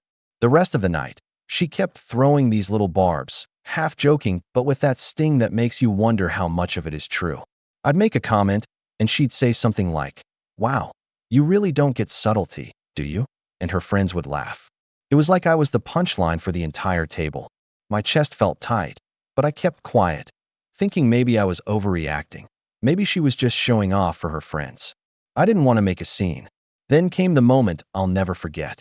The check arrived, $280, and before I could even reach for it, Emily stood up, tossed her napkin onto the table, and said, loud enough that heads turned at nearby tables, this is over. Pay for dinner, loser. Then she walked out, holding another guy's hand. I recognized him, some guy she'd mentioned from her gym. Everyone at the table went dead silent. Then a few people actually laughed. My girlfriend had just dumped me publicly, humiliated me, and walked out with someone else, and I was sitting there like an idiot, heart pounding in my ears. I didn't say a word. I just sat there, let them all look at me, finished the last sip of my drink, and calmly paid the bill. My hands were shaking when I put my card down, but I forced myself to stay quiet. The waiter gave me this pitying look, which somehow felt worse than the laughter. When I got to my car, I just sat there for a long time, staring at the steering wheel. I wasn't even sad yet. I was just numb, like my brain hadn't caught up to what had happened. When I finally got home, I expected silence. Instead, my phone lit up like a Christmas tree. 22 missed calls from Emily, texts blowing up my screen. The last one said, "We need to talk." It's not what it looks like. I just stared at it, reading it over and over. Not what it looks like. She held another guy's hand and called me a loser in front of everyone. What exactly am I supposed to think? I didn't respond. I put my phone face down and went to bed, though I didn't sleep much. This morning, I woke up to more messages. Some from Emily, some from my mom. Even my sister had texted me asking what I did to make Emily so upset. Apparently, Emily had already gotten ahead of the story and told everyone that I overreacted to a harmless joke and stormed off dramatically. I hadn't even said a word, but sure, now I'm the villain. My mom's message said something like, "Relationships take work, John. Don't throw this away over pride." That's when it really hit me. It wasn't just Emily who thought she could treat me this way. My own family was taking her side without even asking me what happened. I could feel the anger start to bubble under the numbness, slow and hot. For the first time since last night, I felt awake. And that's when the plan started forming in my head. Not fully, not yet, but I knew I wasn't going to let this slide. When I woke up that morning, the house felt too quiet. I sat at the kitchen table with a cup of coffee that had gone cold by the time I finished staring at my phone. 22 missed calls, 14 unread texts, 2 voicemails, and now a new group chat notification from my family, where Emily had apparently dropped her side of the story first thing this morning. I opened the chat and scrolled. Emily, "Hey guys, John and I had a little fight last night. He's probably not going to tell you, but I wanted you to know I still care about him and want to work through this. Mom, we love you, Emily. You two are so good together. Don't give up on him." Emily, "I won't. I know he's been stressed. He just needs to grow up a little." My sister, Laura, "Yeah, John always overthinks things. Give him space, he'll come around." My jaw clenched so hard I thought I might crack a tooth. There was not a single word about what actually happened. Not one person asked if I was okay. Not one person wondered why their son, their brother, had gone completely silent after being humiliated in public. The entire narrative had already been flipped. Emily, the concerned girlfriend, me, the irrational child. I typed out a reply 3 times and deleted it each time. What was I even supposed to say? Actually, Mom, Emily called me a loser in front of strangers and walked out with another guy? No one was going to believe me. Emily was charming, polished, the type who could make a room light up just by walking in. And me? I was the quiet one, the guy who kept his head down at family dinners and preferred small talk with the dog over small talk with the relatives. Instead of answering, I put my phone down and forced myself to go through the motions of a normal morning. Shower, clothes, keys, work. But even at the office, it followed me like a shadow. Emily's texts pinged every hour. "John, please answer. I didn't mean what I said. Can we talk tonight? Please." "Babe, I was drunk. You know I get mouthy when I drink." By noon, she'd escalated. "If you won't answer me, I'm coming over. Your mom said I could stop by after work. Don't be petty. We need to fix this." And then, the kicker. I told my parents we're working it out. Don't make me look stupid. I sat back in my chair, staring at that last one. This wasn't an apology, it was a command. Don't embarrass me. Don't make me look bad. Not a single word about how I felt sitting there with 20 pairs of eyes on me as she called me a loser. That night, she actually showed up. I didn't answer the door, but I heard her car pull into the driveway and her heels clicking on the front steps. Then came the knock, light at first, then harder. "John, open the door. This is ridiculous." I stayed quiet, sitting on the couch in the dark. She knocked again, then called my name louder. "I know you're in there. Your truck's outside." After a long pause, her voice softened. "Baby, please. I messed up. I'm sorry. You know I love you." I almost broke then. Almost. Because a part of me still wanted to believe she was the girl I'd started dating 2 years ago. The girl who used to sit on the porch with me on summer nights and talk about traveling. The girl who once drove across town at midnight just to bring me soup when I was sick. But I stayed still, staring at the floor until I heard her footsteps retreat and her car pull away. I thought that would be the end of it, but I underestimated Emily. 2 days later, my mom called me out of the blue. "John," she said, her voice tight, "why are you punishing Emily like this? She's been trying to apologize. I took a deep breath, gripping the phone. Did she tell you what happened? She said you got upset over a harmless joke and stormed off. John, relationships aren't perfect. You can't just shut her out over one mistake. One mistake, I said, my voice sharp for the first time. Mom, she humiliated me in front of a whole table of people and walked out holding another guy's hand. Silence. Then Mom sighed, the way she does when she thinks I'm being dramatic. John, are you sure you didn't misinterpret that? Emily said he was just a friend walking her to her car. You know how you get when you feel disrespected. There it was, the old family narrative. Sensitive John. Overreacting John. The one who feels disrespected over everything. Mom, I said, my voice low now. I was there. I saw it. She called me a loser and left me with a $280 bill. That's not a joke. Mom didn't answer right away, and when she did, her tone was clipped. Well, maybe you two just need a little break to cool off. But don't drag this out. You're not getting any younger, John. That was the end of the call. After that, it was like the floodgates opened. Laura texted me, telling me I was throwing away a good thing. My cousin even called to say Emily had confided in her about how hard this was for her. The family group chat kept blowing up with memes and casual jokes that always seemed to circle back to me. Laura, we all know how stubborn you are. John, just call her. Mom, you two are perfect together. Don't let pride ruin this.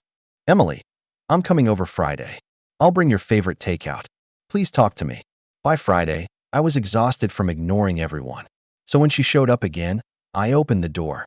Emily stood there holding a bag from my favorite burger place, smiling like nothing had happened. Hey, stranger, she said softly. I let her in, but I didn't smile back. She set the food down on the counter and tried to hug me, but I stepped back. We need to talk, I said. Good, she said quickly, because I've been dying to explain. It wasn't what it looked like. I was just. No, I cut her off. You were cruel. You embarrassed me in front of your friends and then walked out with another guy. That's not a misunderstanding. Her smile faltered, and for a moment, I saw something cold flicker in her eyes. John, she said, her tone suddenly sharper. You can't keep holding this over my head forever. I said I was sorry. You're acting like a child. And there it was again, the switch. From contrite girlfriend to scolding teacher. I stood there, my hands curling into fists at my sides, feeling something inside me harden. She grabbed the takeout bag and shoved it toward me. Eat something. Maybe you'll feel better. I didn't take it. She stared at me for a long moment, then rolled her eyes, muttered something under her breath, and left, slamming the door behind her. I stood there in the quiet house, heart pounding. The burger bag sat on the counter, untouched. I felt something click into place inside me, a kind of clarity I hadn't felt in days. This wasn't about fixing anything anymore. This was about me. About deciding, finally, that I wasn't going to let someone, not Emily, not my mom, not anyone, make me feel small in my own life. And as much as I hated to admit it, a part of me started to feel calm. Calm, but not done. The weekend after Emily slammed my door, I tried to breathe and move on with my life. I worked late, went to the gym, did anything I could to stay busy and avoid staring at my phone. I thought maybe if I gave it time, things would cool off. Maybe even my family would stop pushing. That illusion shattered by Tuesday. I came home from work to find my mom's car in the driveway. My stomach sank immediately.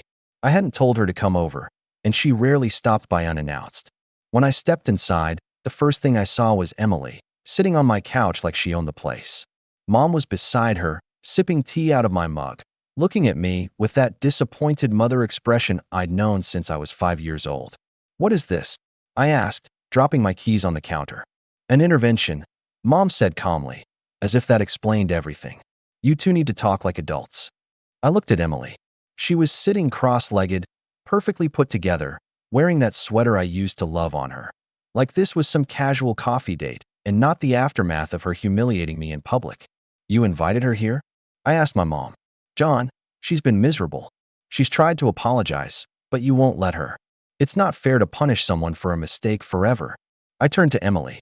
You called me a loser in front of your friends and left with another guy. That's not just a mistake. That's overreaction, she cut in smoothly. John, it was a joke. I grabbed his hand because I was upset and didn't want to cry in front of everyone. It wasn't romantic. You walked out with him, I said, my voice rising. Because you embarrassed me by storming off, she snapped, her mask slipping. Do you know how childish you looked, sitting there sulking? My friends were mortified. I blinked at her. Mortified? You humiliated me in front of them. Mom stood, holding up a hand like she was breaking up a fight between kids. Enough. John, you need to forgive her and move on. We all make mistakes. My jaw tightened. This isn't your decision, Mom. Maybe not, she said, her tone turning sharp. But I'm not going to watch you throw away a good woman because you can't let go of your pride. Your father agrees with me. That last line hit like a punch. Dad rarely weighed in on my personal life, which meant Mom had clearly been working the phones, getting the whole family involved. Emily stood up then, closing the distance between us. Please, she said softly, her eyes suddenly shimmering with tears. Can't we just go back to normal? I miss you. And for a second, just a second, I almost believed her. But then I caught something in her eyes, something calculating. It was the same look she gave me once when we were at a dinner party and she wanted me to play along with the story she was telling. Like this was all theater and I was just a prop. I stepped back. No, I said finally, my voice flat. You need to leave. Emily's tears stopped instantly. Fine, she said coldly, grabbing her purse. But don't come crawling back when you realize what you've lost. Mom gave me one last withering look before following her out. I thought that would be the end of it. I was wrong. 2 days later, I got a call from my boss. John, we need to talk, he said, sounding uneasy. Can you come into my office? When I got there, he closed the door behind me and handed me a printout. It was a series of screenshots, my private text messages with Emily from months ago, where we'd argued about her spending habits. Except someone had cherry-picked the worst ones, cut them out of context, and sent them to HR claiming I had anger issues. This came in anonymously, my boss said carefully. We're not taking action right now, but is everything okay at home? My blood went cold. There was only one person who had access to those texts. When I got home, I called Emily. Did you send my private messages to my job? I demanded. I don't know what you're talking about, she said sweetly. Don't lie to me. She laughed then, actually laughed. John, maybe you shouldn't have written such nasty things if you didn't want anyone to see them.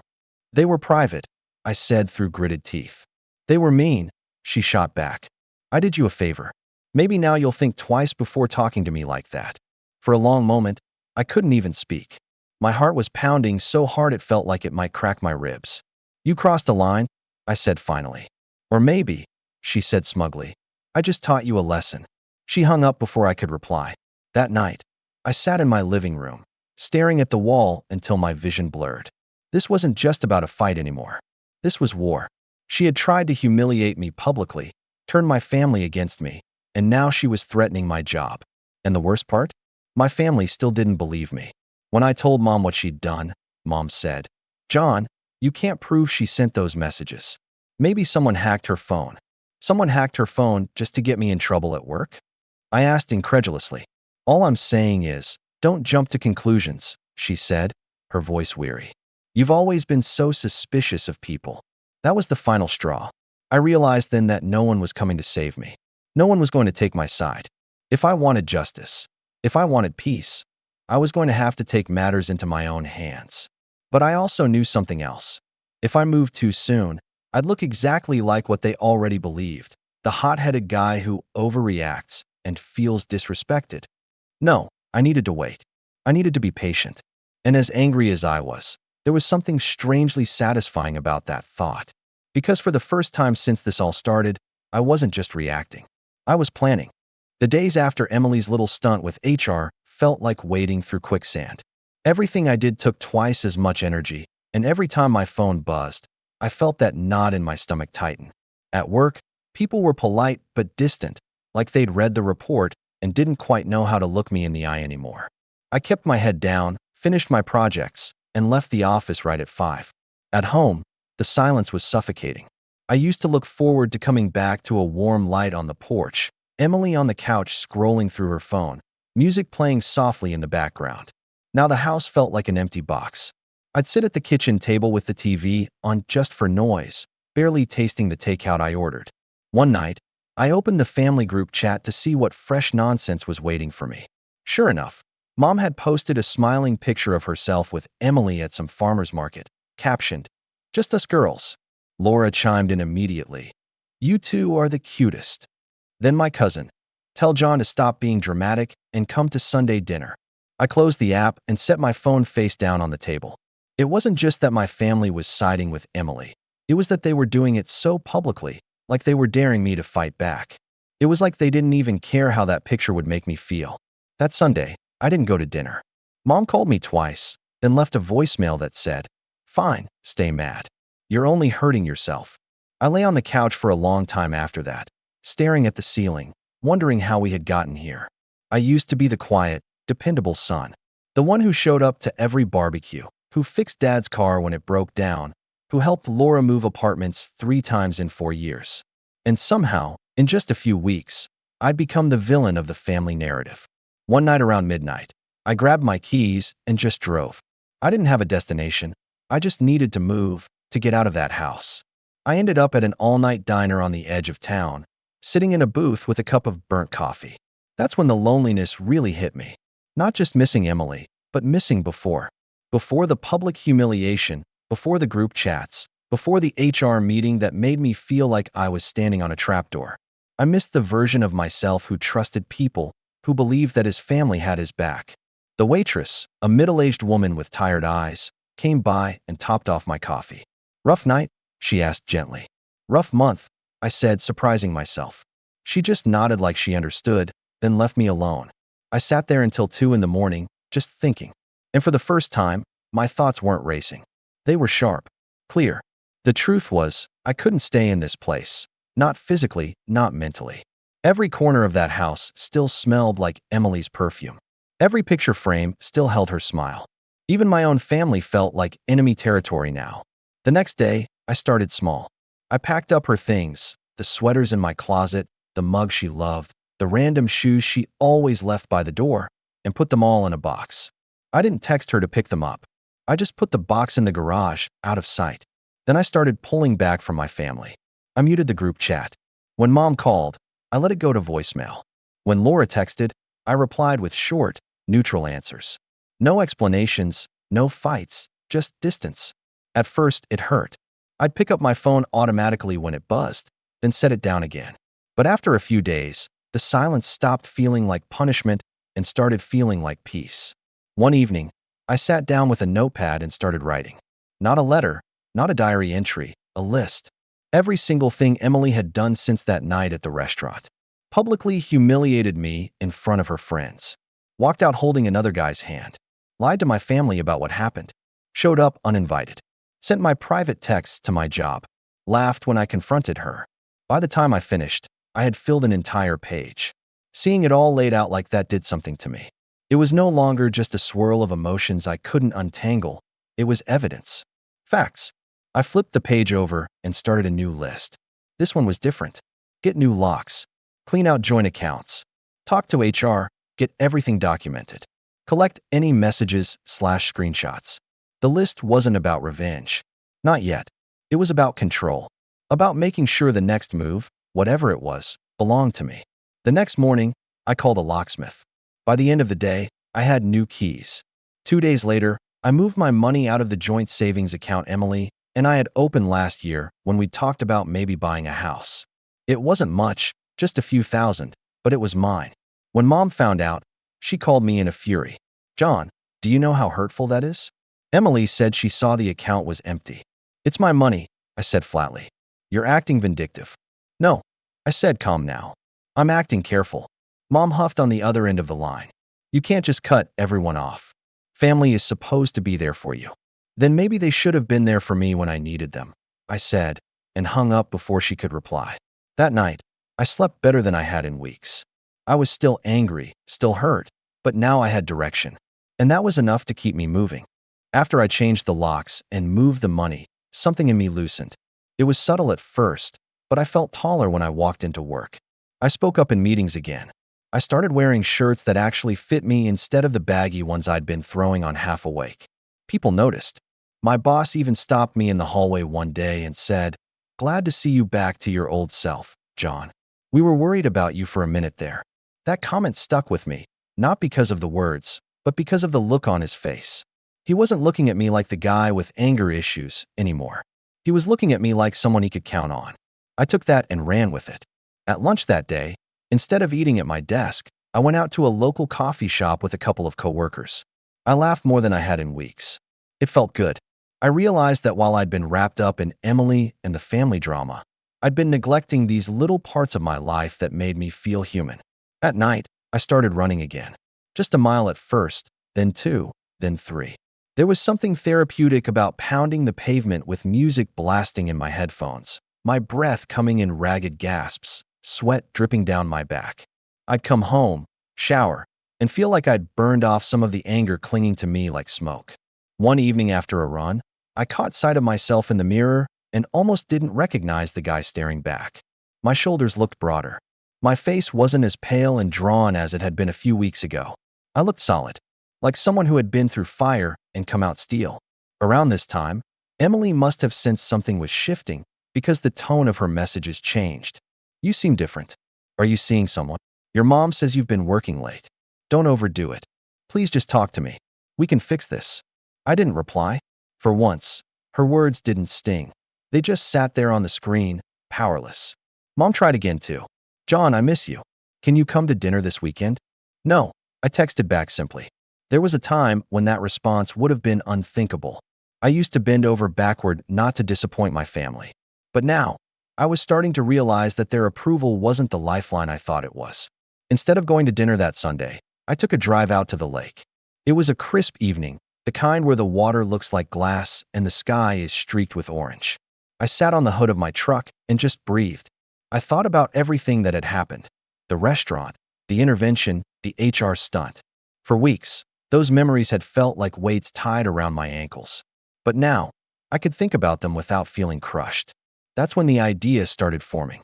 Up until then, my planning had been about survival, securing my money, protecting my space, making sure Emily couldn't blindside me again. But sitting there by the lake, watching the sun sink behind the trees, I realized I didn't just want to survive this. I wanted to win. Not in a petty way, not just to get even. I wanted to make sure Emily, and everyone who doubted me, understood that I wasn't the pushover they thought I was. That night, I opened my laptop and started organizing everything I'd collected. Screenshots of her texts, notes about the restaurant night, the HR printouts with dates and times. I made folders, labeled them meticulously. It felt almost clinical, like I was building a case file. Then I started thinking bigger. What if I talked to HR proactively? Not just about the fake report, but about the fact that someone had tried to interfere with my job by sending private, out-of-context messages. That was a serious breach, and the more I thought about it, the angrier I felt. Not in a hot, uncontrolled way, but in that cold, precise way that sharpens you. The next morning, I asked for a meeting with HR. "Thank you for seeing me," I said when I sat down. I wanted to follow up about the complaint. The HR rep looked relieved, like they'd been hoping I'd do this. "Of course, we haven't taken any action. We were waiting to hear your side." I told them everything. Calmly, factually. How the messages had been taken out of context, how they were from a personal dispute, how I believed they had been sent maliciously to damage my reputation at work. By the end of the meeting, the HR rep was nodding. "We'll document this," she said. "And if anything like this happens again, please let us know immediately. You have the right to a safe work environment." Walking out of that office, I felt 10 pounds lighter. It wasn't revenge, not yet, but it was a line in the sand. I started to notice other small changes in my life too. The friends I'd neglected started texting me again, asking if I wanted to grab drinks or catch a game. I said yes, and when I did, I found myself laughing, genuinely laughing, for the first time in months. It was like my world was slowly shifting back into color. One night, Laura called me out of the blue. I almost didn't answer, but something made me pick up. "You seem different," she said cautiously. "I am," I said simply. She was quiet for a second. "Emily says you still won't talk to her." "That's correct," I said, my tone even. "Are you going to forgive her?" I thought about that for a moment. "Forgiveness isn't off the table," I said slowly. "But trust? That's a whole different conversation." Laura didn't seem to know what to say to that. "You sound scary when you talk like that," she said finally, half joking. "Maybe I'm just done being the family doormat," I replied, and hung up before she could argue. By the time I ended that call, I realized something else. I wasn't afraid anymore. Not of Emily, not of my mom's disapproval, not of what anyone would say about me. And that freedom? It was addictive. Momentum is a funny thing. Once it's on your side, everything seems to line up in ways you didn't expect. A week after that call with Laura, I was at work finishing a report when I overheard two coworkers talking about an upcoming opening for a project lead position. I wasn't supposed to hear about it yet. The official posting hadn't gone live, but apparently the leadership team was already floating names. "John's been killing it lately," one of them said. "Wouldn't surprise me if he gets tapped for it." I sat there, pretending to type, heart hammering. I hadn't even known there was going to be a project lead spot opening up. It was a step up, more responsibility, better pay, and, most importantly, more influence in the company. Influence I could use. That night, I updated my internal portfolio, polished every metric I'd been quietly crushing for the past few months, and made sure my manager saw the numbers.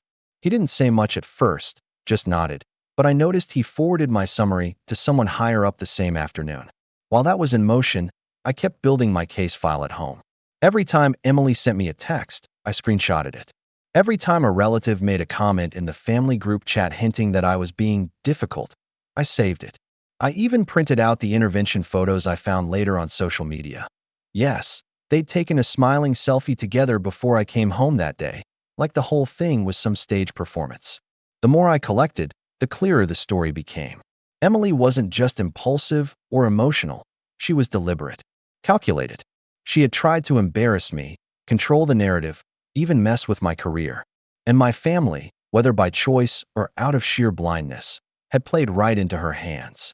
One Friday night, as I was going through the screenshots, I noticed something in the metadata of one of her messages. The text had been sent from a device that wasn't her usual phone. It was labeled as Emily iPad. Curious, I dug a little deeper and realized something that made me sit up straight. Months ago, when Emily and I were still good, I had set up a shared iCloud account for our streaming subscriptions, a dumb little convenience thing, so we wouldn't both be paying for Netflix. I had forgotten all about it. I opened the account on my laptop and, to my surprise, saw that her iPad was still linked and synced. Every photo, every message, every note. For a long moment, I just stared at the screen. Then, carefully, methodically, I started reading. What I found made my hands go cold. There were messages between her and the guy from the restaurant. Not just friendly ones, but explicit ones. Photos, even. Conversations where she joked about me, about my boring job and quiet little house. One message from the day after the restaurant incident made my blood run hot. "He'll probably cry about it for a week, then come crawling back. He always does." But the part that really got me, the part that made something inside me lock into place, was a thread between her and my mother. "Mom, he's not answering my calls again." "Emily, he'll come around. He always does." "Mom, I hope so. I told your parents you two are solid. I don't want to look foolish." "Emily, trust me. I've got this." I sat back in my chair, heart pounding. It wasn't just that Emily was playing me. My own mother was actively colluding with her to pressure me back into the relationship. They weren't just meddling. They were conspiring. That was the moment I knew there was no going back. I spent the rest of the night archiving everything. Not out of panic this time, but with precision. Dates, timestamps, context.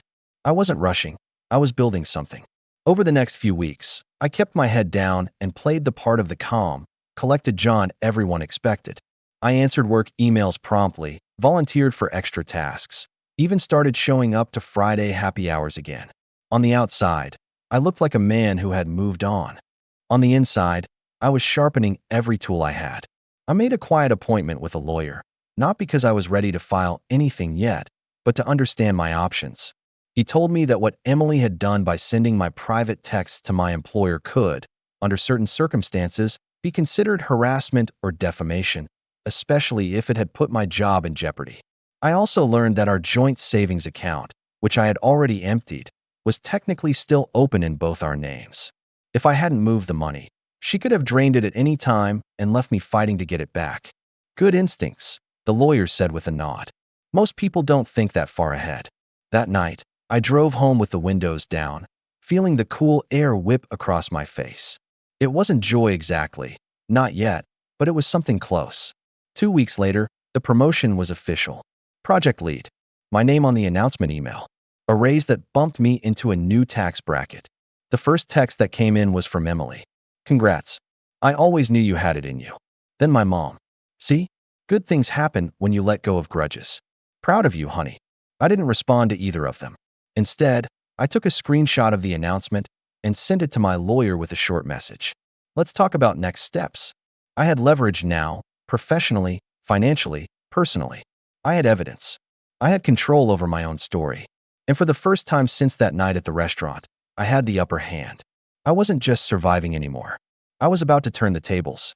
When I got the promotion, something shifted permanently. It wasn't just the bigger paycheck or the new title. It was the way people looked at me. Like I'd stepped into a different orbit entirely. My voice carried more weight at work. My suggestions were taken seriously. And suddenly, I was the guy people came to for answers. That power didn't go to my head, but it did give me clarity. I had spent months being on the defensive, trying to protect myself from Emily's chaos and my family's meddling. Now, it was my turn to act. The first step was subtle. I reached out to HR and asked if they could document formally that the anonymous complaint against me had been investigated, found baseless, and closed. They sent me a clean, stamped report the next day. I smiled when I slid it into my growing folder of evidence. Next, I contacted my lawyer again. We sat down in his office with all the screenshots, photos, and messages I had been collecting. He read through them carefully, occasionally raising an eyebrow or scribbling notes. You've been thorough, he said finally, closing the folder. Between the attempted character sabotage, the harassment, and the collusion with your family to pressure you, you have a solid basis for a cease and desist. Maybe even a civil claim if you wanted to pursue damages. Not yet, I said. I want to give her a chance to make her own mistakes first. He smiled at that, a slow, knowing smile. Then keep documenting. And when you're ready, we'll make it count. With the legal groundwork laid, I turned my focus to the social side of things. My family still thought I was sulking. They still posted photos with Emily on Facebook, tagged me in family memes, sent group messages as if nothing had happened. Instead of blowing up, I decided to starve the drama of oxygen. I quietly blocked Emily's number. I didn't announce it. I didn't make a scene. I just cut off her access to me entirely. The first time she tried to show up at my house again, she discovered the locks had been changed, and this time, I had cameras installed. I didn't even go to the door. I just watched from my office as she stood there, knocking harder and harder, before finally storming off. Later that night, she sent me an email, a long, emotional one about how she missed us and just wanted to talk. I archived it without replying and added it to the file. A week later, I ran into Laura at the grocery store. You know Mom's upset, right? She said, leaning on the cart handle. Mom's been upset since I was 12, I said calmly, sliding a carton of eggs into my basket. Laura frowned. Emily says you're ignoring her completely. I am, I said simply. Laura blinked, caught off guard. So that's it. You're just going to throw her away? I turned to her then, looking her dead in the eye. Laura, she tried to get me fired. She laughed about humiliating me. And you want me to just let that slide? Laura looked down, clearly uncomfortable. I didn't know about the job thing. Maybe you should have asked before taking sides, I said, my voice even. For once, she didn't have a comeback. By then, I could tell the narrative was starting to shift. My silence was unnerving them. The family group chat got quieter.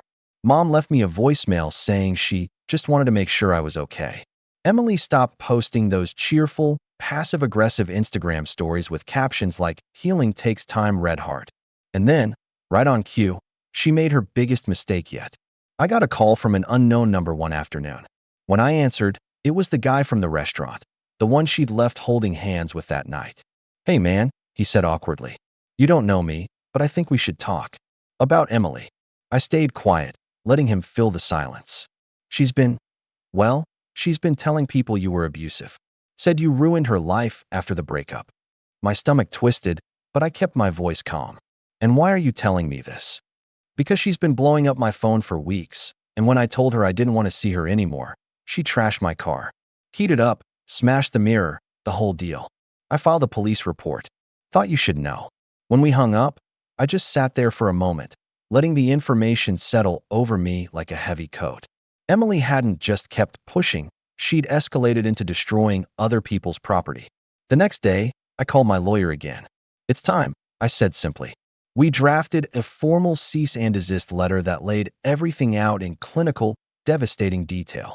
The public humiliation, the harassment, the anonymous complaint, the digital evidence tying the messages back to her device, and now the vandalism report from another victim. The letter made it clear that if she continued contacting me or spreading false claims, we would file for damages. When the letter was served to her, she must have gone ballistic, because within an hour my phone was blowing up with messages from my mom and Laura. "What did you do? Emily is hysterical. You can't just threaten her. John, this is too far." I didn't answer. Instead, I sent one text to the family group chat. Just one. "I have kept quiet for months while all of you believed a version of events that was never true. Emily humiliated me, tried to damage my career, and lied about me to my own family. I have the evidence, and if anyone wants to see it, I'll be happy to share it. Otherwise, this conversation is over." Then I muted the chat again. The silence that followed was deafening and beautiful. Over the next few days, I heard through the grapevine that Emily had deleted half her social media accounts. Mom stopped calling for almost a week. Laura texted me once to say, "I didn't know it was that bad. I'm sorry. It wasn't a public spectacle. I didn't post anything online or blast anyone on social media." But the message was clear. I wasn't the quiet, compliant John they could push around anymore. I had taken my power back, and I hadn't even raised my voice.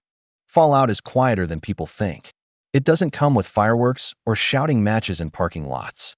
It comes with long silences, late-night phone calls that go unanswered, and the look on someone's face when they realize the story they've been telling isn't going to work anymore.